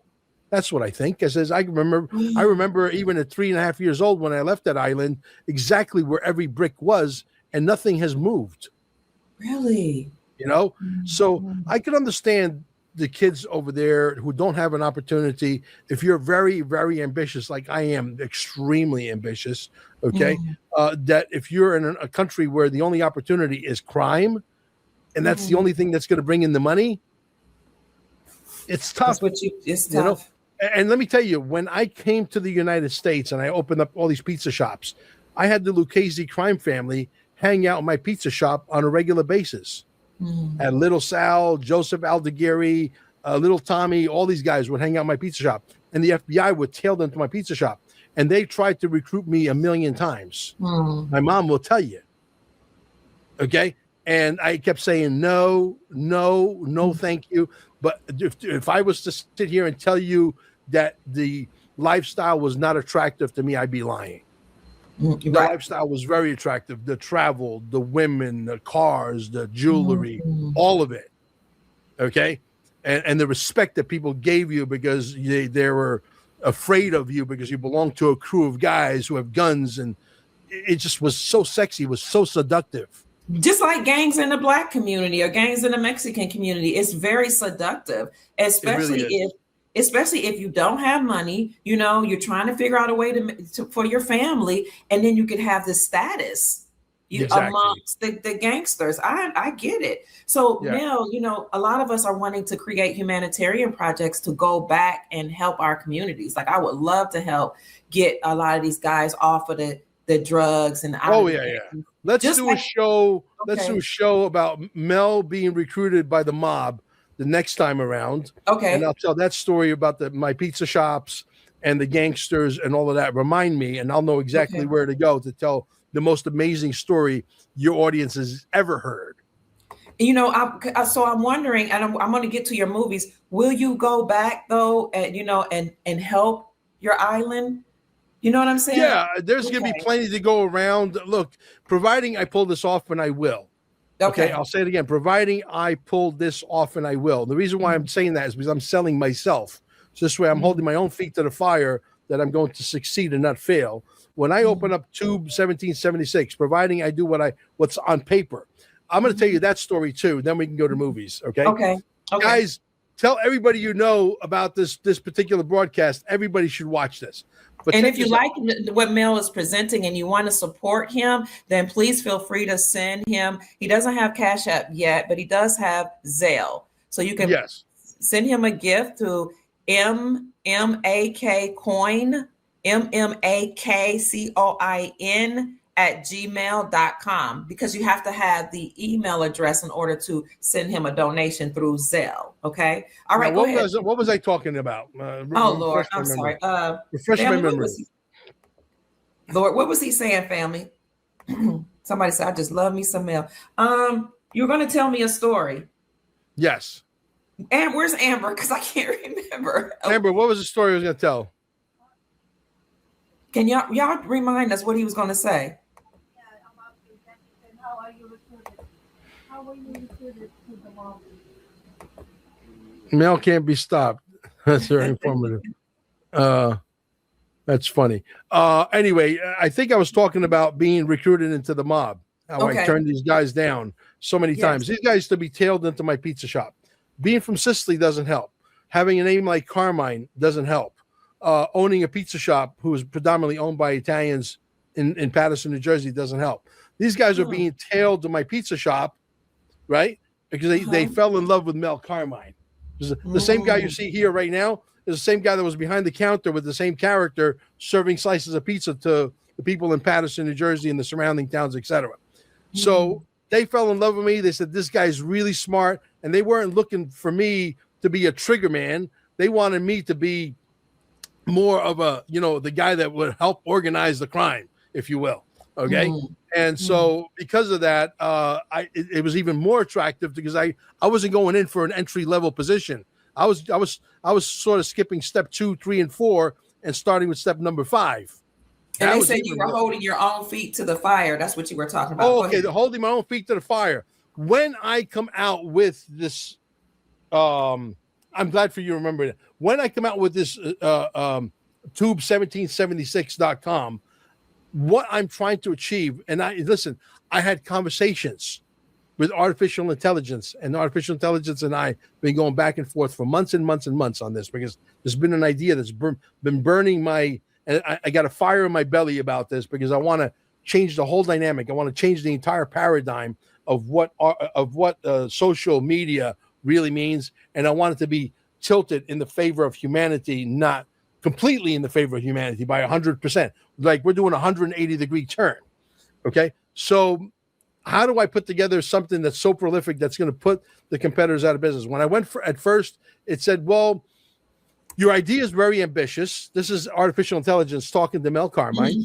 However, However, you're not going to be able to stop the censoring, because when you go through traditional payment systems, meaning credit card, debit card, Visa, MasterCard, whatever, and we would be under the category of high risk, they're going to dictate to you that if you want to collect the money, the very little minimal fee, which is like nothing, you're going to have to censor your people.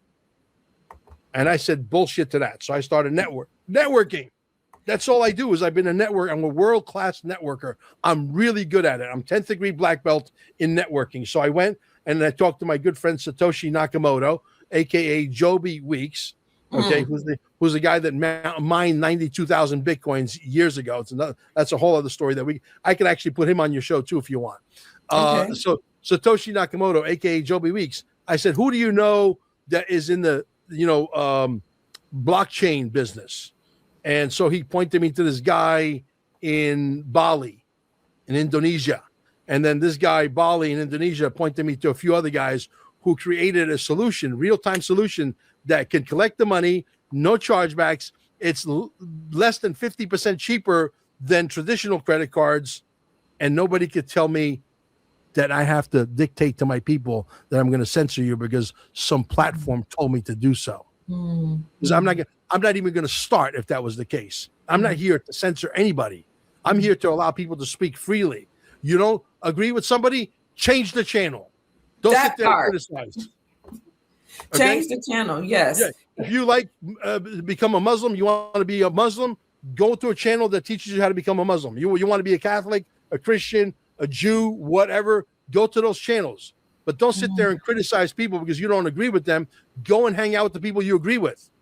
Or create something of your own too. Bingo. Start a cooking channel. Start a channel where you travel around the world reviewing pizza shops and Italian restaurants. Start a channel that reviews Chinese restaurants. Start a channel that talks about digital assets. Start a channel about guns. Start a channel about anything and everything, but talk freely.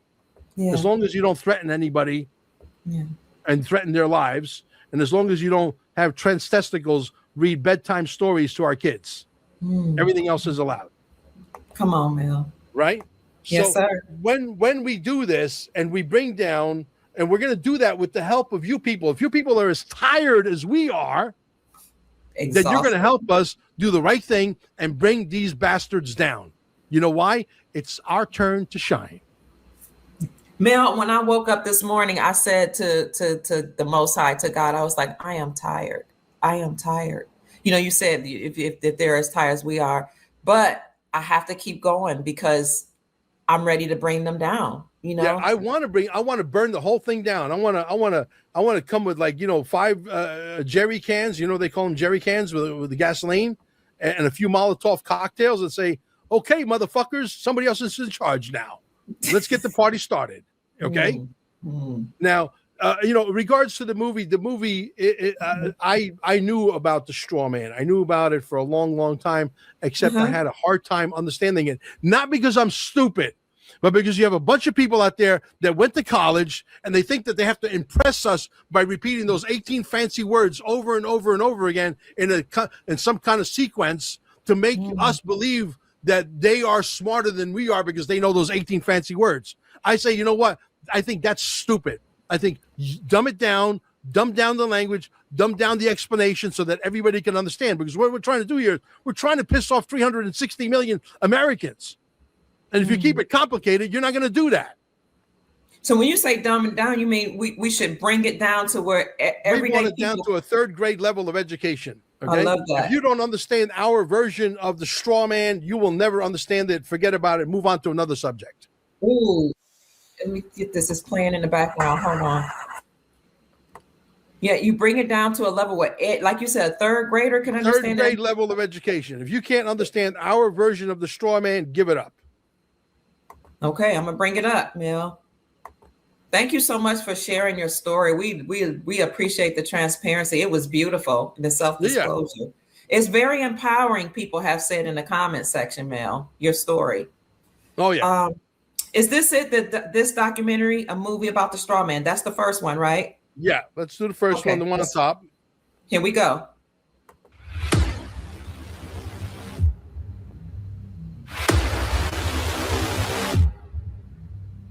A structure so deeply embedded, most of those inside it don't even realize what they are a part of.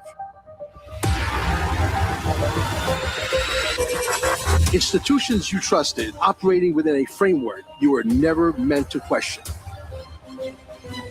And while you worked, struggled to survive, something bigger was moving behind the curtain. In this documentary, we exposed the largest financial deception in the history of mankind. Not with options, but with evidence. Irrefutable, irrevocable, undeniable.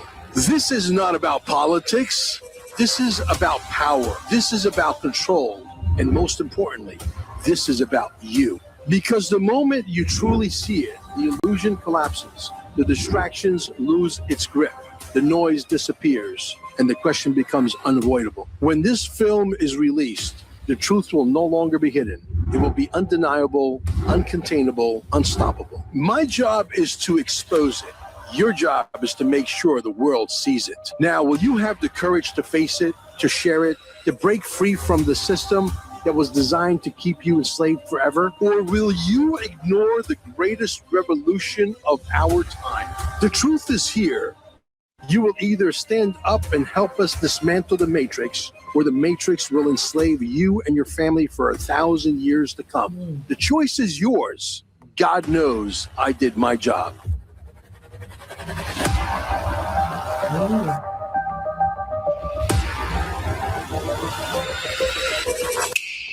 I put Let's that play link. the next one. Yeah, let's play the next one back to back, and then we'll get into more conversations that I think your audience will find very interesting. Okay, and I put the link in the chat, family, for you all to go. It's on Mel's YouTube channel. Is that the Something is premiering? Yes, here we go.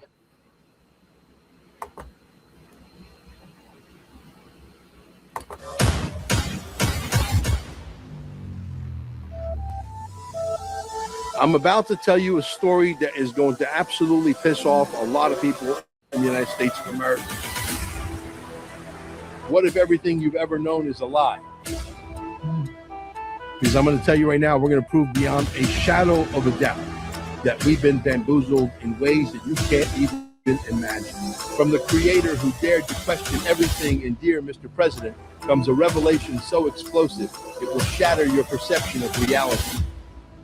This is the biggest scam ever, and your government, it thinks that you are stupid. And the whole fake system that is set up, it's all fake. The straw man, the greatest heist in history. Before your first breath, a covert system claimed you a ghostly double made of paper, a financial slave in a world you can't even see. The straw man. I am not that fucking straw man. That's not me. I am not all cap letters. I am me. They've used your name as currency, trading your life in a game rigged from the start. Basically, when you're born, they put some little ink underneath your feet, and they give you the all caps name on your social security or social slave number, okay? And that's exactly what you are. That is your bond number.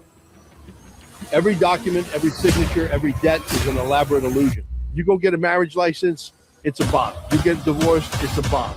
You get a driver's license, it's a bond. You get a fishing license, it's a bond. You get a hunting license, it's a bond. You get a ticket, that ticket gets traded. Driver's license, insurance, all of this nonsense. These are all bonds that are being traded in your name, and they're making billions and trillions of dollars.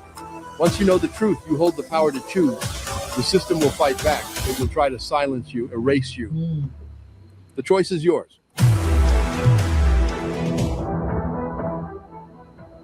Ooh, powerful, powerful. Yeah. This is, we're 12 hours, 7 minutes, and 48 seconds, and the movie will start. 12 hours, 7 minutes, and 40 seconds now, and the movie will start tomorrow. All you people out there should take this link, dearmrpresident.net, and spread it around there, because this has to do with you being worth 100 million, 200 million, 500 million, and so on. Okay? When you understand or understand that the all caps name is the corporation. A corporation is a corpse. A corpse is dead. It's not you. Okay. When you understand that in the back of the social security number, the number itself on the front is your bond number, which is what's being traded. That's how they keep track of everybody with numbers. Okay. And that's how, once you find out the right website to go into and put in all the right criteria, you can find out exactly how much it is you are worth.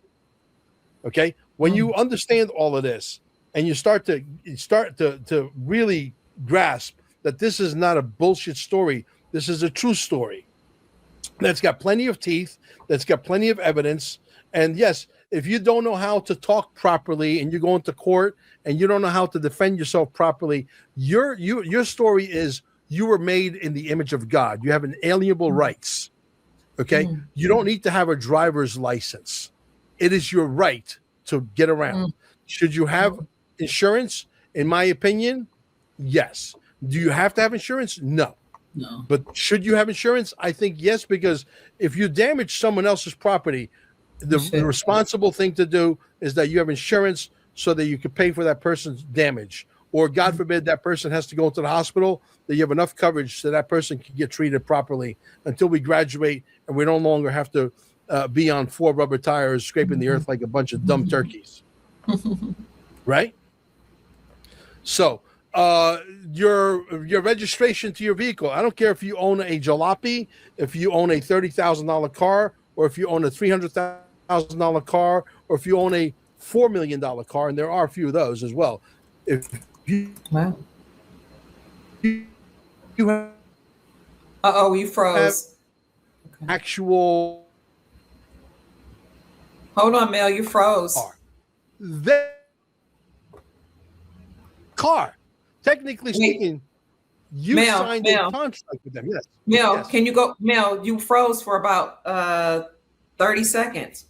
Sure. Okay. No problem. So if you think you own a car, for example, you can own a $5,000 car, or you can own a $50,000 car. You can own a $4 million car. It doesn't matter whether it's a Bugatti, a Lamborghini, a Chevrolet, a Ford, or a Ferrari.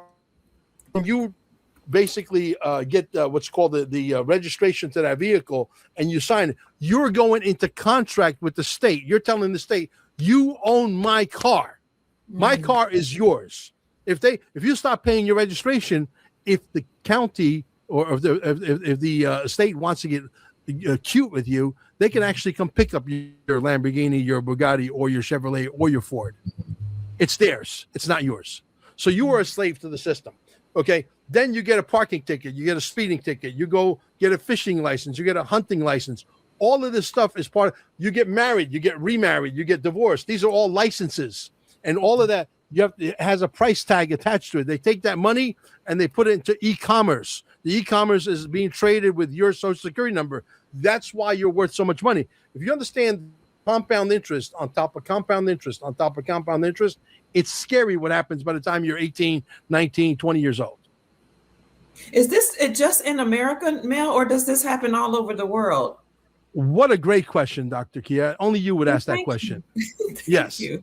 I did some research, and I can tell you that other countries have adopted this. Australia, United Kingdom, New Zealand, etc.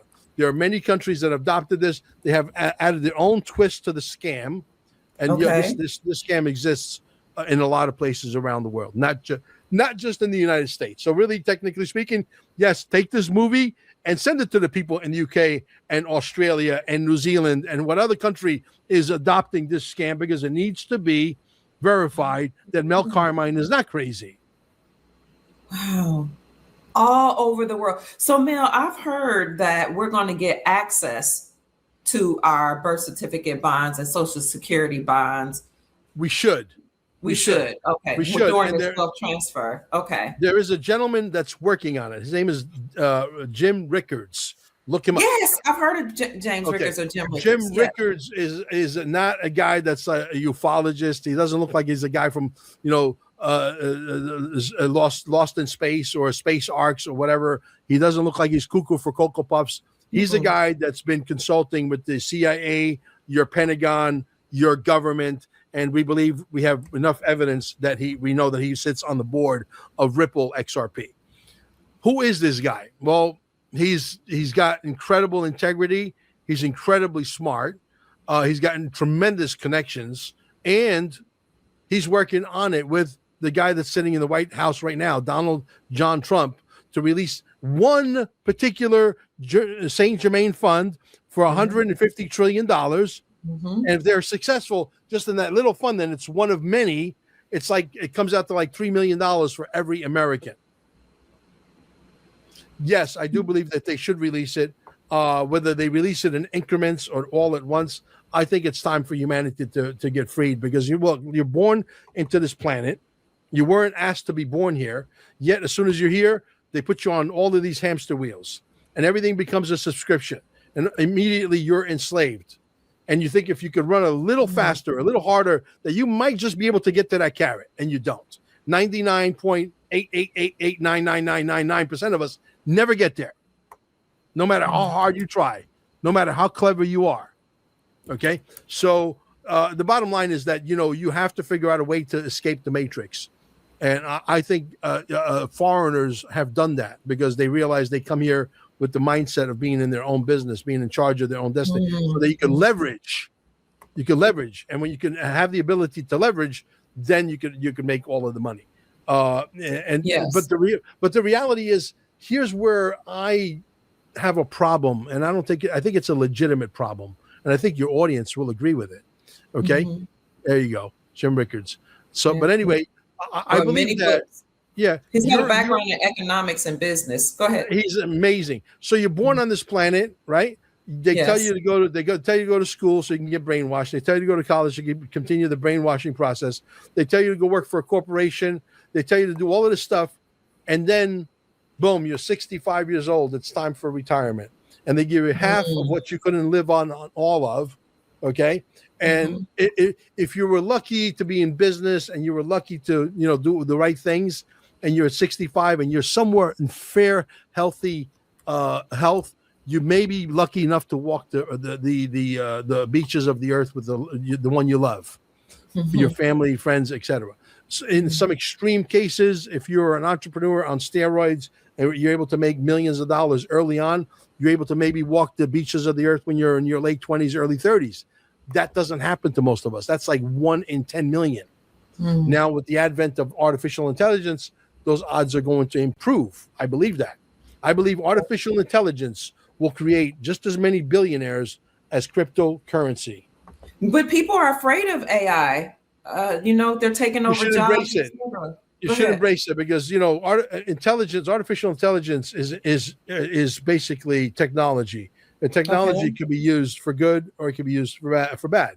I'm taking the artificial intelligence, bringing in artificial intelligence programmers on steroids to build the next mousetrap. And if we build it exactly the way it's on paper, then we destroy the ones we hate, like YouTube and Rumble is now part of the same problem, which they're mostly owned by BlackRock, Vanguard, State Street, and so on. That's why you think for 1 second that there's a possibility just because Donald Trump, Dr. Pruitt, signed the executive order that there's no more censorship in America if you own a social media platform. Do you think that they're going to wake up tomorrow morning and say, oh, we're going to implement Donald Trump's? No, they're fighting against anything he does. Yeah. So we got to take the bull by the balls and say, I'm in charge, motherfucker. Let's go. I love your energy. You want to throw down? You want to throw down? You really want to get into a fight with Mel Carmine? I'm ready, motherfucker. Let's go.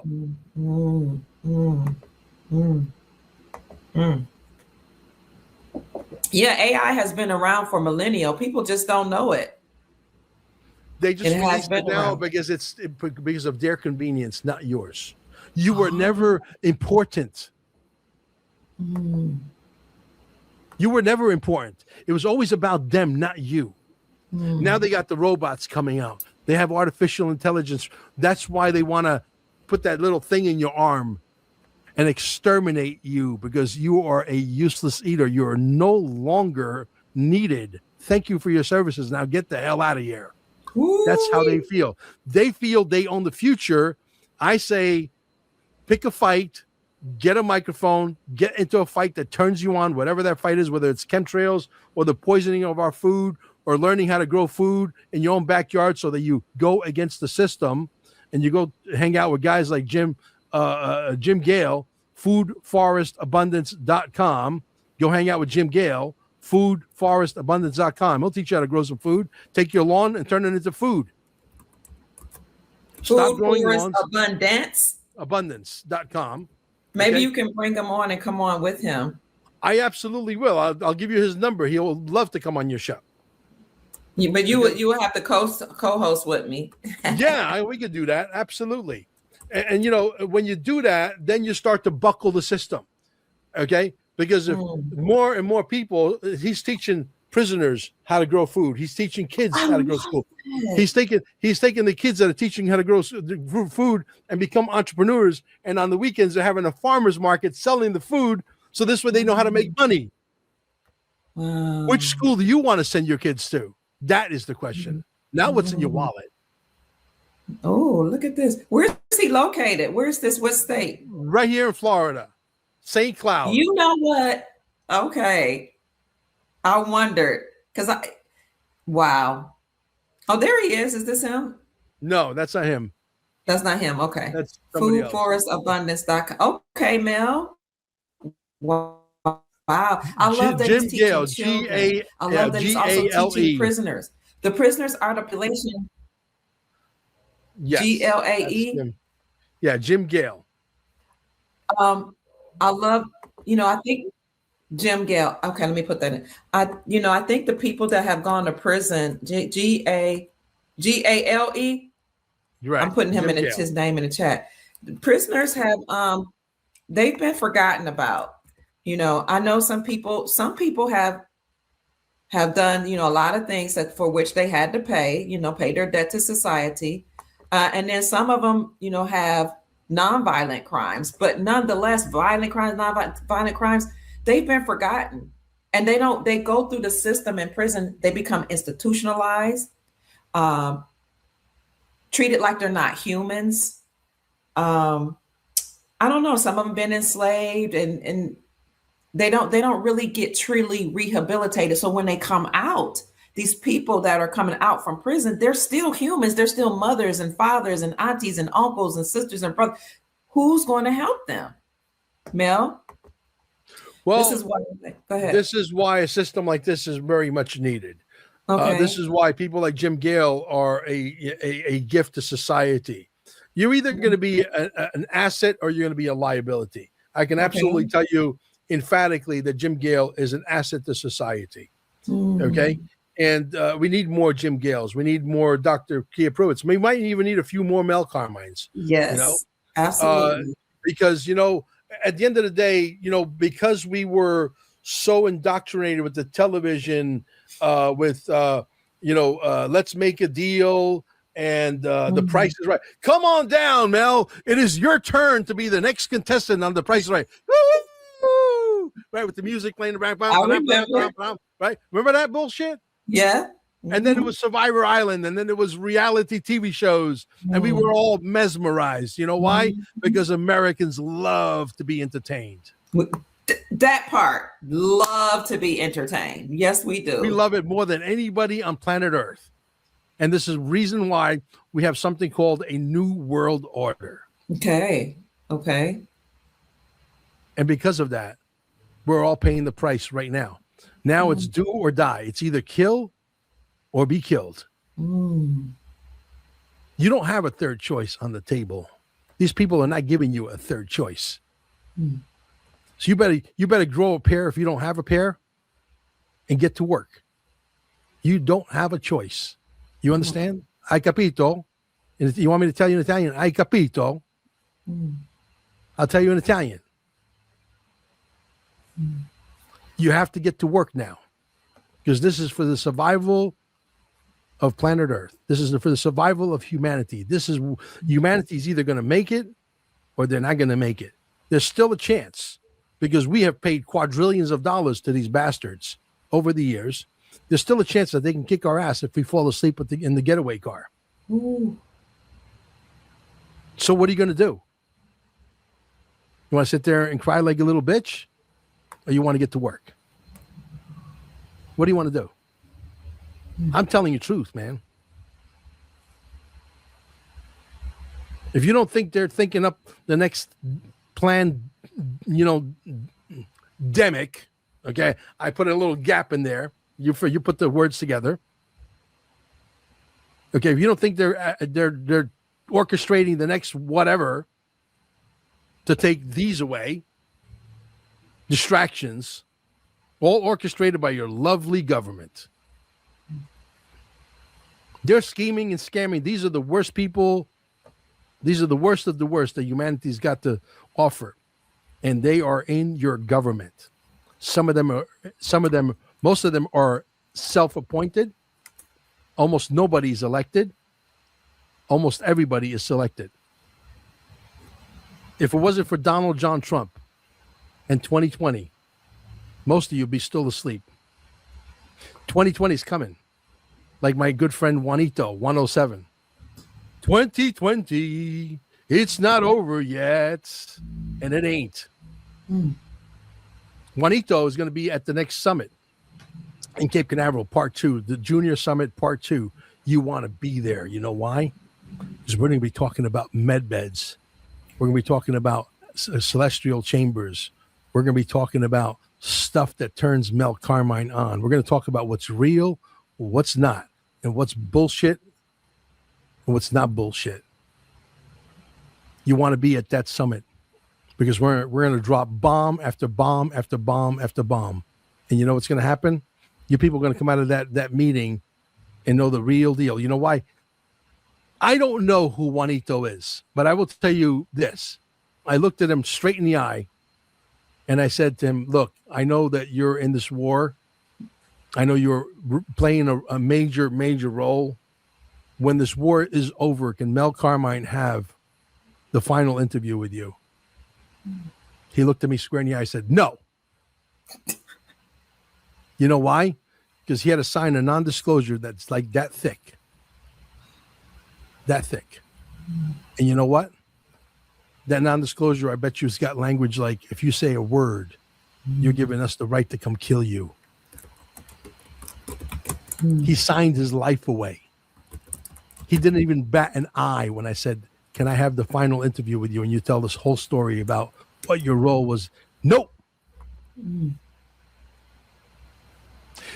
He went to Antarctica. Which part of Antarctica do you think Juanito 107 went to? I bet you he didn't go to the part that's on this side of the ice wall. He's a very important figure. I've verified it. And again, the people I verified it, I want to make sure I stress this point because I don't want people out there saying Mel Carmine is full of shit. No, Mel Carmine is not full of shit. Mel Carmine is always going to tell you the truth. And because I have him labeled in my phone system, right? I have him labeled in my phone system as Majestic 12, one of the Majestic 12. And I said this to somebody, I know won't mention who that person was, but this person was at my last Junior Summit. And this person, whoever he or she is, said, not Majestic 12, Majestic 5. Majestic 5. It's 5. Okay. One day there was an interview on this guy, Benny Johnson. I got to go dig up that interview with a guy that doesn't speak normal, speaks with CIA language. And I knew immediately, instinctively, I said, this guy's deep, deep, deep government. And I won't mention who this guy is, but I'm going to go dig up that video because I promised a few people that I'm allowed to send it to. And I sent it to Juanito. And I said to him, fast forward 24 minutes and 8 seconds, because I know you're busy, and listen from that point forward for about 8 minutes. Within 36 seconds, I got a message back. And the message read, Mel, this guy reports to me. Wow. Who is 107? I tell you what, he definitely likes Mel Carmine. I'll tell you what, he definitely is going to be at the next Junior Summit. And we're definitely going to talk about med beds. And I can assure you he knows what he's talking about. 107 is going to go down in the history books. And he's going to be in the next movie that's going to tell the whole story from beginning to end. And yes, it might be a 17-part series, 1 hour and 17 minutes per. Okay. And anybody who doesn't like his long-winded stories, well, that's your problem. His long-winded answers, that's your problem. That's because your elevator doesn't get up to the top floor. He's not allowed to speak freely like you and I. He doesn't have that luxury. Because if he was telling you things where you don't have to figure them out, that means he's putting his life and his family's life in danger. And he's not going to do that because you want quick answers and you want things to be easy. When is the summit? Yes, sir. When is the summit? Give us some information. We have a tentative date of, I believe, the 18th, 19th, and 20th. 18th is going to be meet and greet, which means we get to go and hang out and sing some karaoke and drink maybe 2 martinis together and laugh and tell some dirty jokes. And then we're going to do the summit, but it's going to be very, very relaxed. You do a couple people on stage for maybe an hour and a half, 2 hours. Then we'll take a 20-minute break, and then we'll have another act and so on. Jerry Reed will be there. Absolutely. Jerry Reed will be there. He's become a very good friend. Jerry's another guy. He's pissed off. So he's working with me regarding Tube 1776 because I said, how are we going to stop this? He goes, we can't, Mel. They're in charge. I know that. So let's do something about it. That's how the whole thing came about, because he was growing by 15, 20,000 people on a good day. 15, 20,000 people a day. If he never asked for his money, he would have been at 2 million right now. That's how fast he was growing. Okay. And then the minute he asked for his money, they throttled him back. He's barely getting 800 to 1,000 people a day now. On a bad day, before he asked for his money, on a bad day, he was growing by 5,000, 8,000, 10,000 on a bad day. How does he go from that to 800, 900, less than 1,000 every day now? You tell me. Is it called censorship, or is Mel Carmine delusional? Mel, this has been such a wonderful show. It's been entertaining. It's been educational. It's been informative. It's been sobering.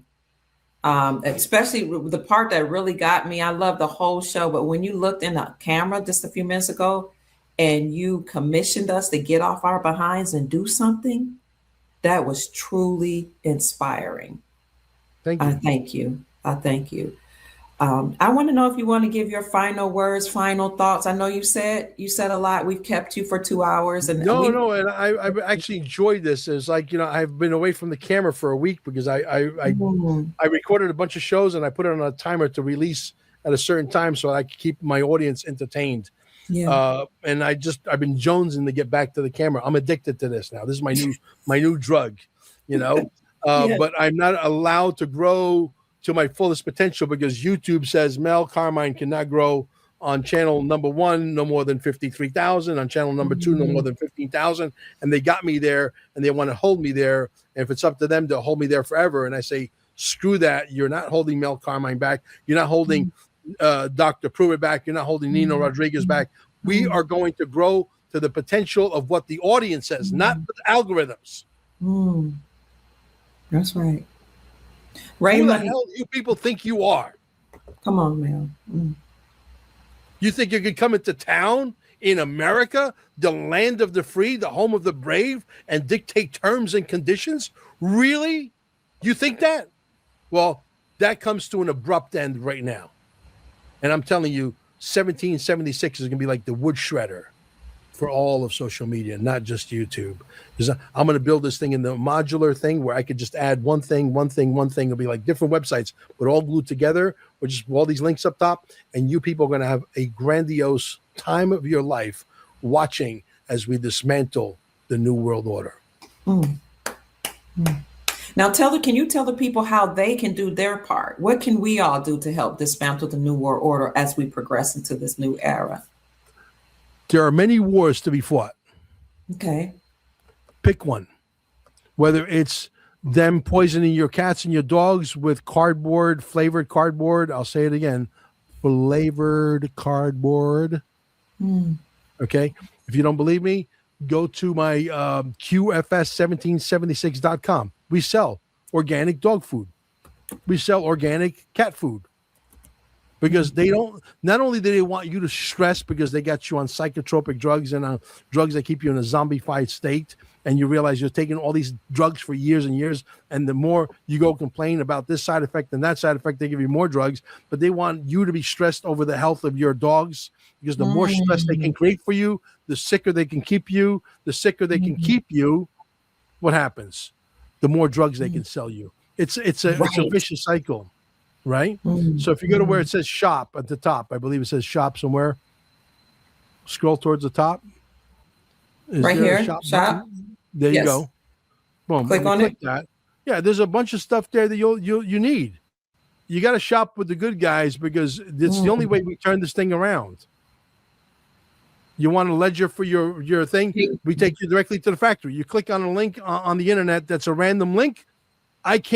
I cannot verify that link is the right link and that you didn't buy your wallet from a hacker, and then you call Mel Carmine at 2:00 in the morning saying, I had 114,000 XRP, Mel. I listened to you to buy the ledger and now it's gone. I told you to buy it at whether you buy it from us or you buy it off of, and let's say they're both legit, you're still going to pay the same price. You're not going to get a discount from buying it from us unless they throw a special. But if you click on our link, one thing we guarantee is the insurance policy that you're going to go directly to the manufacturer, directly to the inventor, and you're going to get the right wallet. For your XRP, XLM, for your what, digital coins? Exactly. Okay. You want the Nano X, the Nano X is the one you want. Nano X, okay. Yeah, we make $4.22. Big whoopee-do. I can't even buy a half a sushi roll for that.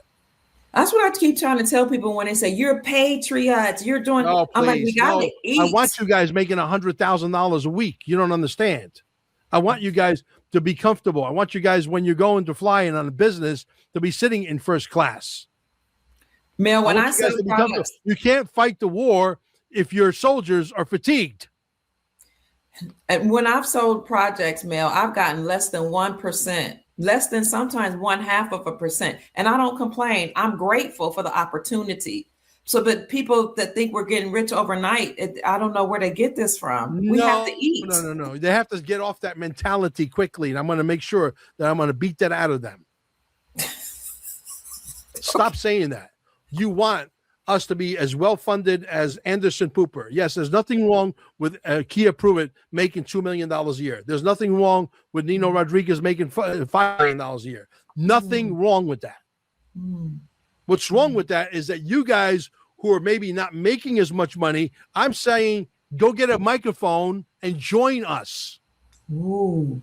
You know, some of these guys out there, Kia, I will tell you in no uncertain terms, they're a lot smarter than we are. And a lot of them could become a lot bigger than we are. And I don't have a problem with that. If everybody in your audience got a microphone and in 6 months they were bigger than Mel Carmine and Dr. Kia Pruitt combined, I would applaud that effort. So you said choose a fight. Can you hear me? Yes, sir. Choose. So we need to choose something that needs to be done and get it done.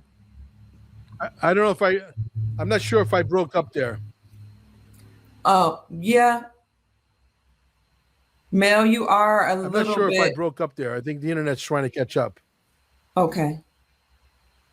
I can hear you, Mel. I can hear you. Can you hear me? I don't think Mel can hear me. Okay. I don't know. Did we break up? A little bit. Okay, where did you guys lose me? That's right. I can make sure I want you guys to understand there's nothing wrong with making money. You want your soldiers to be well funded. You want the Nino Rodriguez's to have firing power. You want Dr. Kia Pruitt to have firing power.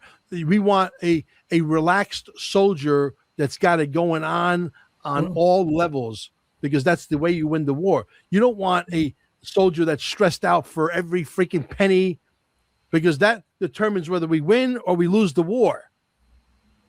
If you get into the game and you go get a microphone, you want to fight chemtrails or cat food, dog food, or whatever vaccination you want to fight, whatever it is you want to fight. Pick a fight. There's plenty of fights to be had.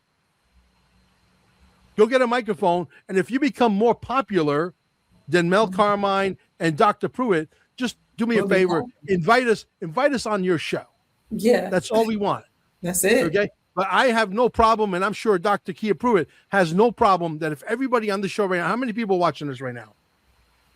I see over I see one right here, 906 on this, but that's just a couple of this is Facebook, Instagram, no, Facebook, Rumble, and YouTube. So I don't know about the others. So we got over 1,000. I'm sure probably it's close to 2,000. So if all 2,000 of you went out and got a microphone and you picked one fight and you became a sensation, wonderful. That's what we want. This is not about a penis contest. This is about a war. We're in a war. You understand? This is not about a personality contest or ego. And I got a big ego. I got a big chair, but I don't. I'm really humble. I don't. I'm but really, sometimes I think they teach us to be humble so that we won't stand in our power as the God beings that we are. Be humble, be quiet, be meek, we know that we're powerful. I don't see anything wrong with walking in your power. We are the new media. We are the new Hollywood. We are it. Get used to it because we're coming. We're going to take it all down, but we need to be well funded, and you need to have a machine that well funds their soldiers. That machine, I wholeheartedly believe, is going to be tube1776.com. It's coming. I'm meeting with my programmers, and we're going to build it in such a modular way that we can absolutely add anything to it that we want. Okay, anything that makes sense. And if $10 is going to set you, listen, if $9.29 per month is going to put a damper on your well-being, financially speaking, you got bigger fish to fry. But no more commercials, no more censorship. Okay. Ever. I love it. Is that alone worth it? Is it worth it to see your favorite superstar like Nino Rodriguez, who's stuck at 600,000, who thinks he's conquered the world and he's not? Is it worth it to see him climb to 6 million where he maybe belongs? Maybe 16 million. Who knows what the number is? The number is decided by you, the people, not the algorithms.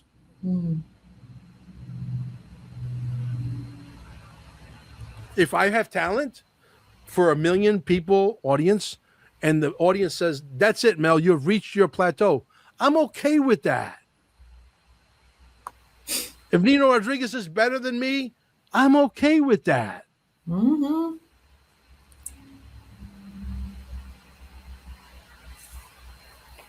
So Mel, finally tell us how we can follow your work. Absolutely. QFS1776.com. Most of our social media is linked up at the top.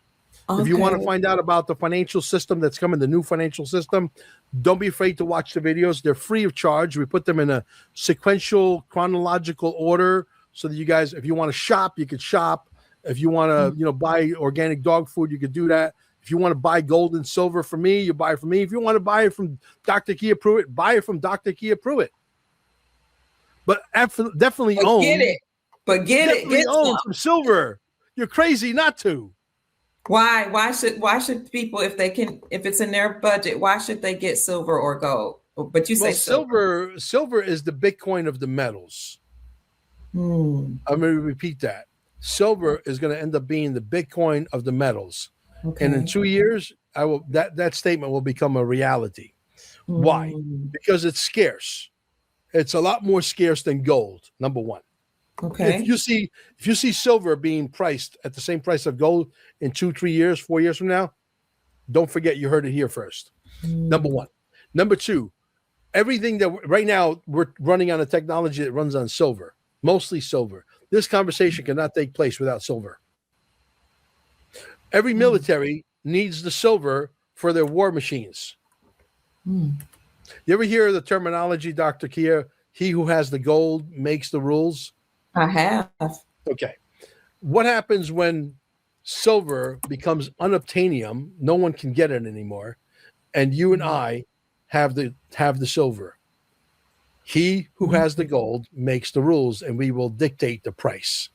And that price is not going to be $78.22. It'll be more like, $20,000 per ounce. And why? Because they got to run their war machine. They'll pay any price to put the silver in that warhead that runs that entire missile and the entire circuitry board to be able to kill their neighbor in case they have to get into a war. They have to be able to defend their people, and we're the ones that have the silver. And they can't get it anymore. And they have to come to us. And when they come to us, he who has the gold makes the rules. And I just checked the silver price right now. At least this is what it says on Google. I'll bring that up for you all. Is it coming up? The silver price is 77. The spot price $77.62, and that's low because earlier this year it was like it had gone up to $130 per ounce. Yeah. Well, they stopped it. They figured out a way, at least temporarily, and I do stress the word temporarily, to manipulate the price of silver and gold, because they don't want too many people to get smart too fast. And they've definitely been manipulating the price of XRP for a long time as well. But, those days are going to come to an abrupt end. You'll know, because you'll wake up and XRP goes from, $1.42, whatever it is this morning, to, $14. It's not going to go like directly to $1,000. No. But then from $14, maybe they'll hover it there for a couple of weeks to see who's going to sell it at $14, and then they'll shoot it up to $25. That's how it's going to happen. But I do believe, yes, sir. Yeah, I do believe that XRPs will be, the new improved Bitcoin. That's my favorite flavor. ISO tokens are my favorite flavor. I'm heavy on XRP. What do you say to people that say that, we talked about silver and then we mentioned gold? First, James says, but everybody doesn't have $4,995 for a little ounce of gold. That is correct. That's why you buy things like long shots. But I believe when you start to read, you have to become a student again. And that's why I don't mind going to 3 hours on this conversation with this podcast, because it's important to educate the people. When you look at stuff like Velo, VELO, which is 0.00000 and a number, okay, which is tied into BlackRock, which is tied into Vanguard and State Street, and you start to say, why is Velo that's 0.0000 something of a penny tied into these big monster companies? Because it's going to be something at a later time. There's people that are saying Velo could be, the Asian XRP. I believe that to be true. This is not financial advice. Okay. So you go and take a measly $100, and you could take $100 and turn it into $10 million if you're patient. Go back to work. You're patient. Don't quit your job. Don't quit your job because, I'm going to be worth $100 million. I'm going to be worth $10 million. That part. Don't quit your job. Go continue to work and go save another $100 and throw it at it again and continue to go to work. And you have to treat it as if it's never going to happen. When they're ready, they will let you know, because you'll wake up and voila, it's here. And when it's here, you'll know, because your phone's going to ring off the hook. Your friends and family are going to call you. Your next door neighbors are going to say, oh my God, you were right. I should have listened to you. All of that. So we can diversify. And I hear you say, get a little at a time, get what you can afford. And here's the formula. I don't trade. I don't do trading. Amber does that. She's a lot smarter than me. Okay. She actually built her family a house in the Philippines trading. She told me, I hope you don't get mad. Yeah. She said she was buying and selling, buying low, selling high, buying low, selling high. Right. And she had it down to a science, at least the science up to her. She's not very greedy. She would allow the thing to grow 8-10 pennies, and then she would sell. She would buy down low again and go up 8-10 pennies, sell again. She would keep half the profits and reinvest. The other half, she would put it aside to build her mom and dad a house in the Philippines, which she did. She goes, I hope you don't get mad at me, but I built my mom and dad. Why would I get mad at that? Right. Okay. So here's the formula, the pizza man formula. Okay. You have extra money. It goes high, buy more. Don't put the money in the bank collecting dust. Okay. It stays level. You have extra money, buy more. It goes low. You have extra money, buy more. It goes high again. You have extra money, buy more. Just accumulate. The important thing is to own. If you own it, eventually, when they allow us to have our day in the sun, you'll be okay. But focus on getting a side hustle. Focus on finding a part-time job. If you feel that working for other people works for you, that's great. I don't have a problem with that. But just make money. Constantly be in positive cash flow. Go and ground. Take the weekend off. Hang out with your wife. Don't do what I do. I mean, I preach a lot of stuff, but I don't live by my own rules because I'm a machine. Yeah, I'm a machine. Okay. But I would love to have more time to go fishing and put my feet in the ground and hang out with my dogs. But I'm here fighting a new world order. I'm a very important soldier in this fight. And I got to recruit you guys to be soldiers in this fight. So this way we could win. But I want you guys to get a microphone. I want you guys to come to tube1776.com. I want you guys to be well paid. I don't want the algorithms to judge how big you can get. I want you guys making money. I want you guys making $100,000 a week. There's nothing wrong with that. I want you guys flying first class. I want you guys saying, thank you, Mel, for creating Tube 1776. I'm able to fly first class. I'm able to stay in a $489 hotel with a nice, comfortable mattress and hot water. And then the final words I want you to give, Mel, somebody said, but Dr. Kia Pruitt, you put reset in the title. Can you tie in what you said? Can you summarize it and tie it in how reset into this? And then I got to go feed my grandbabies, man. Yeah. The reset basically is a necessity at this point. When I came to the United States in 1972, they had something called the SWIFT system. If the SWIFT system has a brain, they would partner up as quickly as they can with XRP and Ripple. They haven't done that. So they're going to be replaced because they're a dinosaur. Okay. People don't want to wait forever to get their money. People don't want to spend a lot of money to send money. People don't want their money to be tied up in a system for 5-6 days while somebody else is taking your money and trading your money. That's why it takes 5 or 6 days. It doesn't take 5 or 6 days. They're trading your money. They're making money with your money, and then they're giving you the crumbs, and they're charging you a fee to receive that money. You see how the game is played?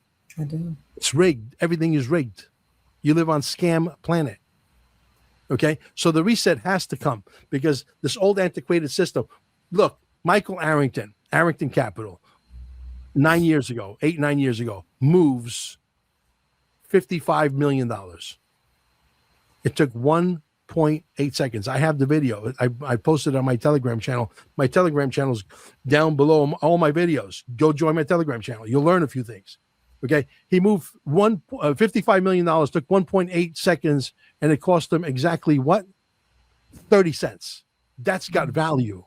When Bitcoin was born to move money. It failed. So they created a bullshit story, a store of value. A store of value is a bullshit story because it can't move money from point A to point B for a minimal amount of money, and it can't be scaled, et cetera, et cetera. It's a dinosaur. It was like somebody gave Satoshi Nakamoto, aka David Schwartz, the CTO of Ripple, a download. He went to, I'll tell the story and then we can go. Okay. He went to, and I got it all over x.com right now, and the video is getting massive traction. I interviewed him again for a second time. He puts a patent of blockchain technology, or a rudimentary level of blockchain technology, a ledger of sorts, back in 1988. He didn't deny that. He goes to work in 2001 at DARPA. In 2007, 2008, what happens? The housing bubble happens. And in 2009, Bitcoin is born, and he's still there. The conversation ends, you may very well be one of the main Satoshi Nakamotos. And he says, yes, I may very well be one of them, but not the Satoshi Nakamoto. And who's the only one that can go back and fix Bitcoin? David Schwartz, a.k.a. Satoshi Nakamoto, and voila, XRP with transactions of 2 and 3 seconds is born. You think that's a coincidence? Not. They are moving heaven and earth. They are moving mountains to make sure that they manipulate that price, specifically on XRP. You know why? You know why? Because they don't want you to have it. They want you to be discouraged and say, oh, that XRP has never gone anywhere. Until it does. Until it does. I'm either going to be a hero or I'm going to be a zero. I'll probably have to get plastic surgery and I'll become Jerry Smith or John Doe or whatever. and I'll disappear from the embarrassment, or everybody's going to know that Mel Carmine was right. Thank you, Dr. Kia. You're awesome. Welcome. Oh, thank you. Thank you. I'm just a reflection of you, Mel. You are awesome. Send me a copy of this, because I'm gonna promote you and get you out there, because you need to be much bigger too. Oh, thank you so much, Mel. Some people are saying that they don't want to take on a microphone because they don't want to be unalive like Will Cox, and they afraid, You know, I could understand all of those sentiments, and those are all valid sentiments. However, I will tell you this. There's something called anonymity. You don't have to show your face. Digital asset investor is a classic example of that, right? He never showed his face for the longest time. He still doesn't. He's sort of incognito. You don't have to go on camera. You could be just a voice. So the excuses are really here. You could use a VPN. You could look like you're coming in from Indonesia or from China or from Japan. The excuses are here. There's a way to beat the New World Order. It is. Yeah, I think we're so accustomed to giving reasons why we can't. But if we start asking, instead of saying I can't, why not ask ourselves, how can I? It's what I taught my children. How can I afford it? What can I do to afford that car? What can I do to afford that house? You could all have the house in the mountain. You could all be rich. It's all a mindset. Poverty is a mindset. If you think like an employee, you're going to be an employee.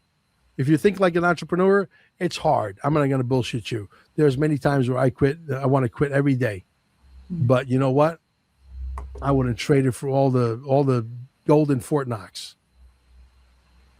You said poverty is a mindset. Poverty is a mindset. Poverty is a mindset.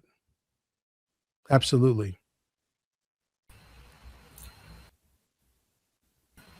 I had taken myself off the stage because I wanted them to hear you, to look in your eyes or your glasses and hear. I wear these for protection so that the screen doesn't blow out my eyes. It does hurt your eyes. Not to be cool. I'm plenty cool without them. Believe me. Look how good looking I am. Poverty is a mindset, Mel. Poverty is a mindset. We can change our mindset by knowing that we have everything we need inside us. We just have to have the courage to utilize what's inside us to do what we need to do. Yeah. What I need you guys to do right now is to get this movie everywhere. We got America to piss off. Every American needs to be pissed off. Every American, if two people tell two people, tell two people, tell two people, tell two people, by the time this weekend comes, everybody in America knows about the movie. I will be able to fund all the other projects so that we can continuously educate people with the right stuff, not bullshit. The same shit that they feed your kids. There's no reason your kids need to go to school for 8 hours a day. Right. 3 hours is enough. 3. It's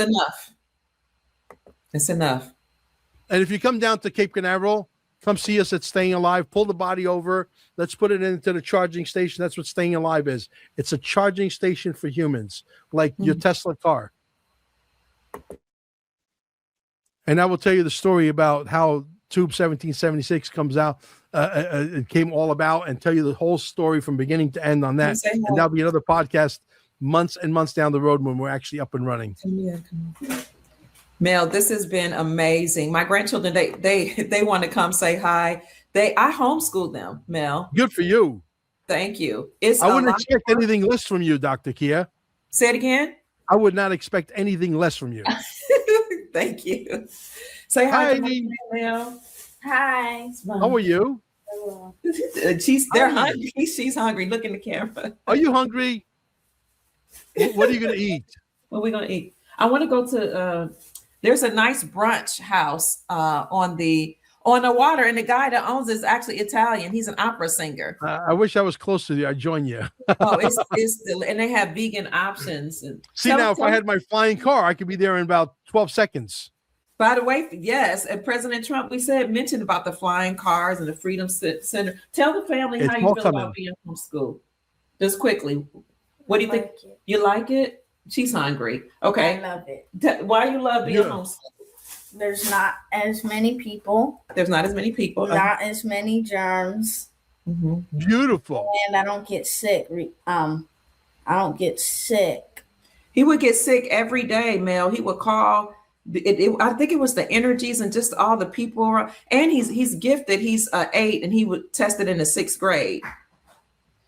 It's a proven fact that homeschool kids are 10 times smarter than kids. First of all, the kids that go to school are not smart at all. And the parents who send them to school are completely stupid. Why do you say that, Mel? Because artificial intelligence is coming.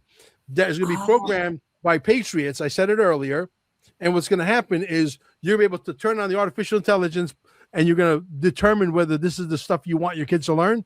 And you're going to put it on autopilot and go about your day. It's coming. Go get ready so I can take you out to eat. Yes, ma'am. Mel, it's been such a pleasure. Send me a copy of this video, please. I will. And if anybody wants to support him financially, because he is getting these movies out, you can send him a Zelle. There's also a donate button on dearmrpresident.net. They could do it that way as well. Dearmrpresident.net. Okay, thank you. So that would be great. That'll help you with the movie. It'll help you with the staying alive and all that. Zelle, you put in his email address, mmAKCOIN@gmail.com, and he would greatly appreciate it. We're looking forward to the summit. Y'all might see me there. Mel's been asking me to come to the summit for years. You're going to come. I envision you. I manifest that you'll be there, and her audience loves her. She's going to have a lot of people come in the audience that would come there, and you'll be taking pictures and signing autographs. I could see it. I can envision it. Whose idea was it to invite me as the MC? Y'all got me with that one. Amber. See, that's my girl. That is my girl. I love me some Amber. Yes. And if you guys need a lot of XRP, minimum is $10,000 worth. Okay. You text me at 786-704-8817, 786-704-8817. That's not for socializing, even though if you do place an order, sometimes I will, if I have 5 minutes or 6 minutes, I do tend to socialize a little bit, but contact me and I can get you as much as you want. That's the minimum. The maximum, there is no maximum. Zero. What was that number? 786-104. No, 704. Okay, I'm sorry. 786. Yeah, 786-704-8817. Well, somebody was saying, but Mel, I don't have $10,000. Why? Yeah, I know. If you don't, just go to Uphold or Coinbase, buy it, and get it off the exchange. I don't want anybody to miss out. But they still got to put it in a wallet. So can they get the wallet? Still put it in a wallet. When you go to QFS 1776, there's 2 videos there that teaches you how to put it on a wallet. They're educational. They're 6 minutes each, and they're 3rd grade level of education. Anybody can do it. I've had 75-year-old grandmothers call me back. That was so easy. Wow. Okay. Well, thank you, Mel. Thank you so much. Thank you. You're amazing. Thank you. Thank you, Amber. I know you're in the background somewhere. I love you, girl. All right. I love you. Amber, my sons need some wives. I'm just gonna put that out there. And I like, you know what? You listen to your mom. And this is what I wish our men would do. Your mother knows which woman would be the best for you and your bloodline. Okay. Start listening to the matriarchs in your family, your moms, your aunts, your grandmas, your sisters. We don't have all the answers, but we know what you like and what you need. And the woman needs to be able to get along with the women in your family. Hello. Okay. So we love Amber. You guys are going to meet her when you come to the summit. She's amazing. A beautiful woman. You're going to meet Mel. Amazing. She is. She's beautiful. Yeah. She's sweet. So I'm going to go. They're hungry, Mel. So I appreciate you do that. Yeah. I love you so much. I love you. I love Amber. I'm going to go out, family, with the outro song. So you'll hear that. But I'm going to turn the camera off so I can get these grandbabies ready. And Chief Max in the house, he says, listen to your mother's reference to the woman that you choose. Mama usually knows best. Even if mama's a little off, listen to her. She knows what she's talking about. All right. 100%. Love you, Mel. Thank you, guys. Bye-bye. Thank you. Bye-bye. Thank you, Soul family. Go get my phone. We love you so much. Chief Mac, we saw you in the house in the background. Chief Mac, I appreciate you for talking to us about how to put our assets in a trust. So if anybody wants a trust, please contact Chief Mac at unityin motion45@yahoo.com. Family, thank you for being here. Thank you. Did you enjoy, Mel? Put in the chat before we leave what you enjoyed most about the show. Give me the phone, babies. Please put in the chat what you enjoyed most. Yes, he was amazing, wasn't he? Yes, we love you too. Hurry up, Cherish. I love his story, his personal story. I loved how he found his wife and how he listened to his wife. I love Mel's grit and his energy. I'm inspired to get off my behind and do more work. Absolutely. Tony said, I loved everything about the show.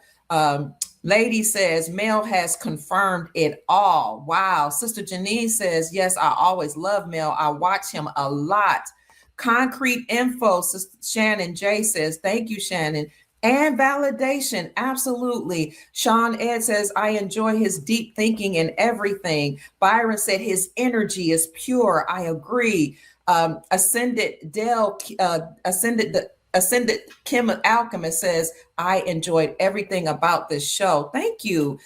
Brother Jerry, I enjoyed the show. He was simply amazing. Queen says, I wish you could tell my daughter that. Who else? Love Hug said, I enjoyed everything about this show. Thank you for sharing it with us. You're welcome. Absolutely. He was very inspiring, Raquel. I agree. Very inspired, Shannon said. Me too. Very inspired by him. Hey, grandson. Brother Tony Hood say, hey, grandson. Say hi. I know y'all hungry, so get dressed. Get your shoes on. Rev says, much love and respect, Queen. Mel was awesome. He was inspirational. We created our own reality. Absolutely. And finally, family, I did receive your gifts and your cash apps. I'm so grateful. I want to say thank you, Sister Jamie. She says, your desire. The donation is for your desire. Thank you, Shannon. I didn't know you sent me a gift, sis. Thank you for all you do. Oh, it's my great pleasure. Devon says, Soul Tribe Wisdom. The gift is for the Soul Tribe Wisdom. Thank you so much. And then Chef 87 said, I appreciate you. Sister Dinah says, thank you for the video with Chief Mac. Chief Mac sent me a donation. Thank you, Chief Mac, always taking care of me as my provider and protector of the Soul Tribe. Mel says, thank you. Mel Hodges says, thank you for all your hard work. Scott says, thank you, Goddess. Thank you for the gift. Sister Linda says, here's a payment for you. Brother Dennis Perkins in the house says, hello, Dr. Pruitt sent me a gift. Sister Tamala says, send me heart emojis and sent me a Cash App blessing. Quavel says, I resonate with your videos, a shift in consciousness. Thank you so much. Chief Mac sent me another gift. Sister Yvette, Sister Angela, Sister Joyce, Sister Sheila. Family, I love you. You don't have to do that. And I appreciate you so much. Who is that? The one says, I appreciate his wisdom. You have to watch the show again. Glory. Hallelujah. It was an amazing show that Mel Carmine did. And Sandra says, this masculine, powerful, pure energy wisdom that Mel Carmine shared was amazing. Also, I want to say thank you to Watkins. Watkins sent me a gift. Oops, my nose ring falling off. Thank you for all the gifts, family. Thank you for being here. Remember what Mel said, each of us has something in us that we can contribute to bringing down the deep state and ushering in the beautiful new golden reality that we desire and deserve. Chief Mac says, power to the righteous people. Power to the people. Thank you for being here, Chief Mac. If you want a trust from him and you want to talk to him for a consultation, please go to send him an email. That's Chief Mac, unityin motion45@yahoo.com. Brother Byron says, Dr. Kia, you are a blessing, and I look forward to seeing you. You pour into us much needed knowledge. Thank you. It's my great pleasure. Thank you so much. So, family, I need to go and feed the grandbabies. They're hungry. They've been so patient. We've been on for 2 hours and 45 minutes, and they've been, you didn't even hear a peep out of them, right? So they know how to entertain themselves, read or play or do something that they're creative. She creates clothes for her dolls. He builds things and draws, and he does gaming and all types of things. And he loves geology or geography? Geography. He'll sometimes say, Granny, ask me something about a country. So he knows stuff about countries, currencies, continents, where different countries are located. They amaze me. Sometimes if I want to know about a country, where it's located, I'll have to say, where's Albania? Or what part of Africa is Zimbabwe? They know. What? You gonna say something? Family, I couldn't do any of this without you. You are my inspiration. You are the wind beneath my wings. You give me relevance. You give me inspiration. And it's my greatest joy and pleasure to share with you and bring the best and the most amazing guests on. We're going out now. Time to feed the grandbabies. Thank you.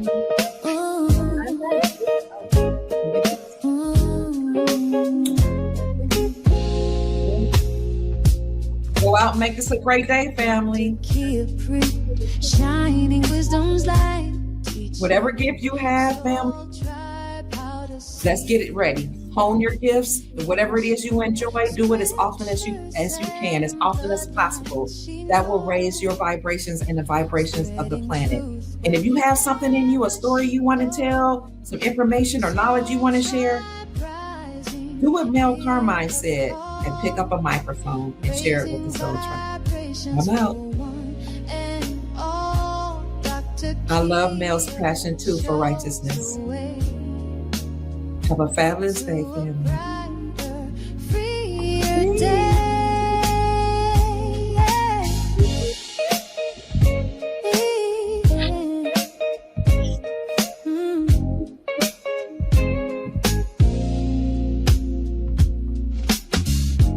Through her channel, knowledge flows, breaking chains that hold us close.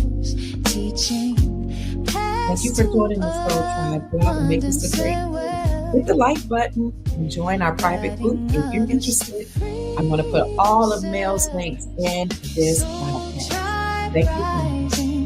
Hear her call, raising vibrations for one and all. Dr. Kia shows the way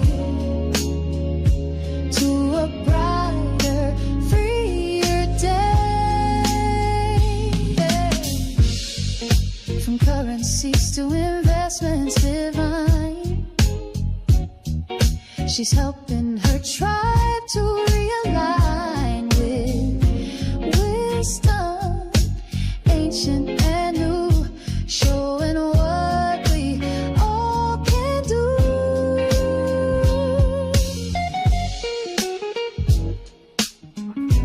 Love you too. Thank you, Sister Janine, for being an amazing moderator. Thank you, Soul Tribe.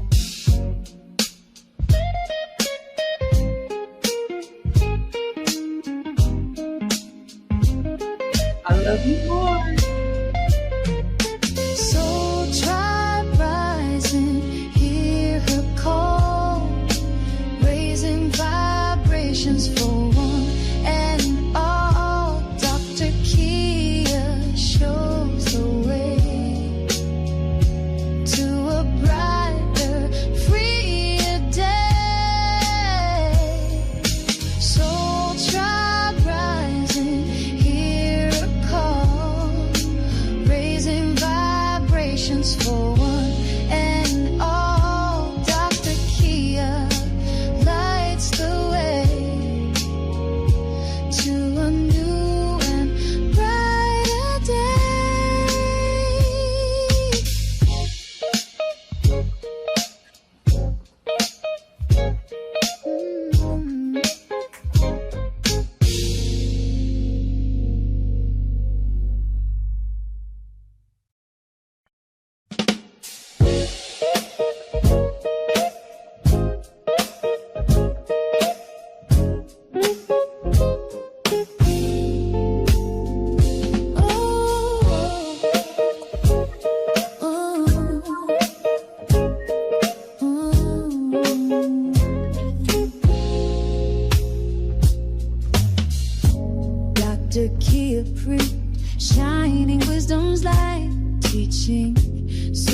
family.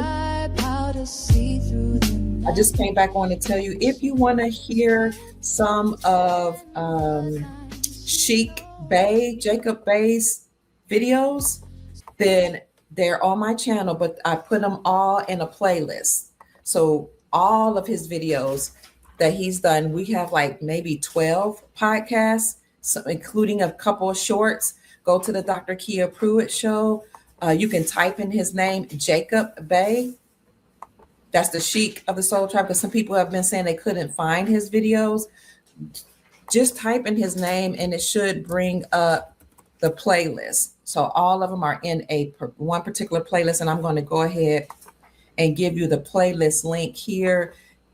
You might just want to listen to all of his shows, because everything he's been talking about is actually coming to pass. So here is his playlist link right there. Let me bring it up, and we're about to go out to brunch, family. Here is Jacob Bay's playlist right here. Just click on that button. I mean, hours and hours of his intel is right here. And if we see any breaking news come on, we'll bring him back, as well as Chief Mac. And also remember that Mel Carmine, our special guest today, will be back on to talk about growing our own food. We're also going to have, sometime by the end of this week or next week, Farmer Dre back on the show to talk about the importance of land as wealth and growing your own food. That's it, family. We love you. Take care. Bye-bye.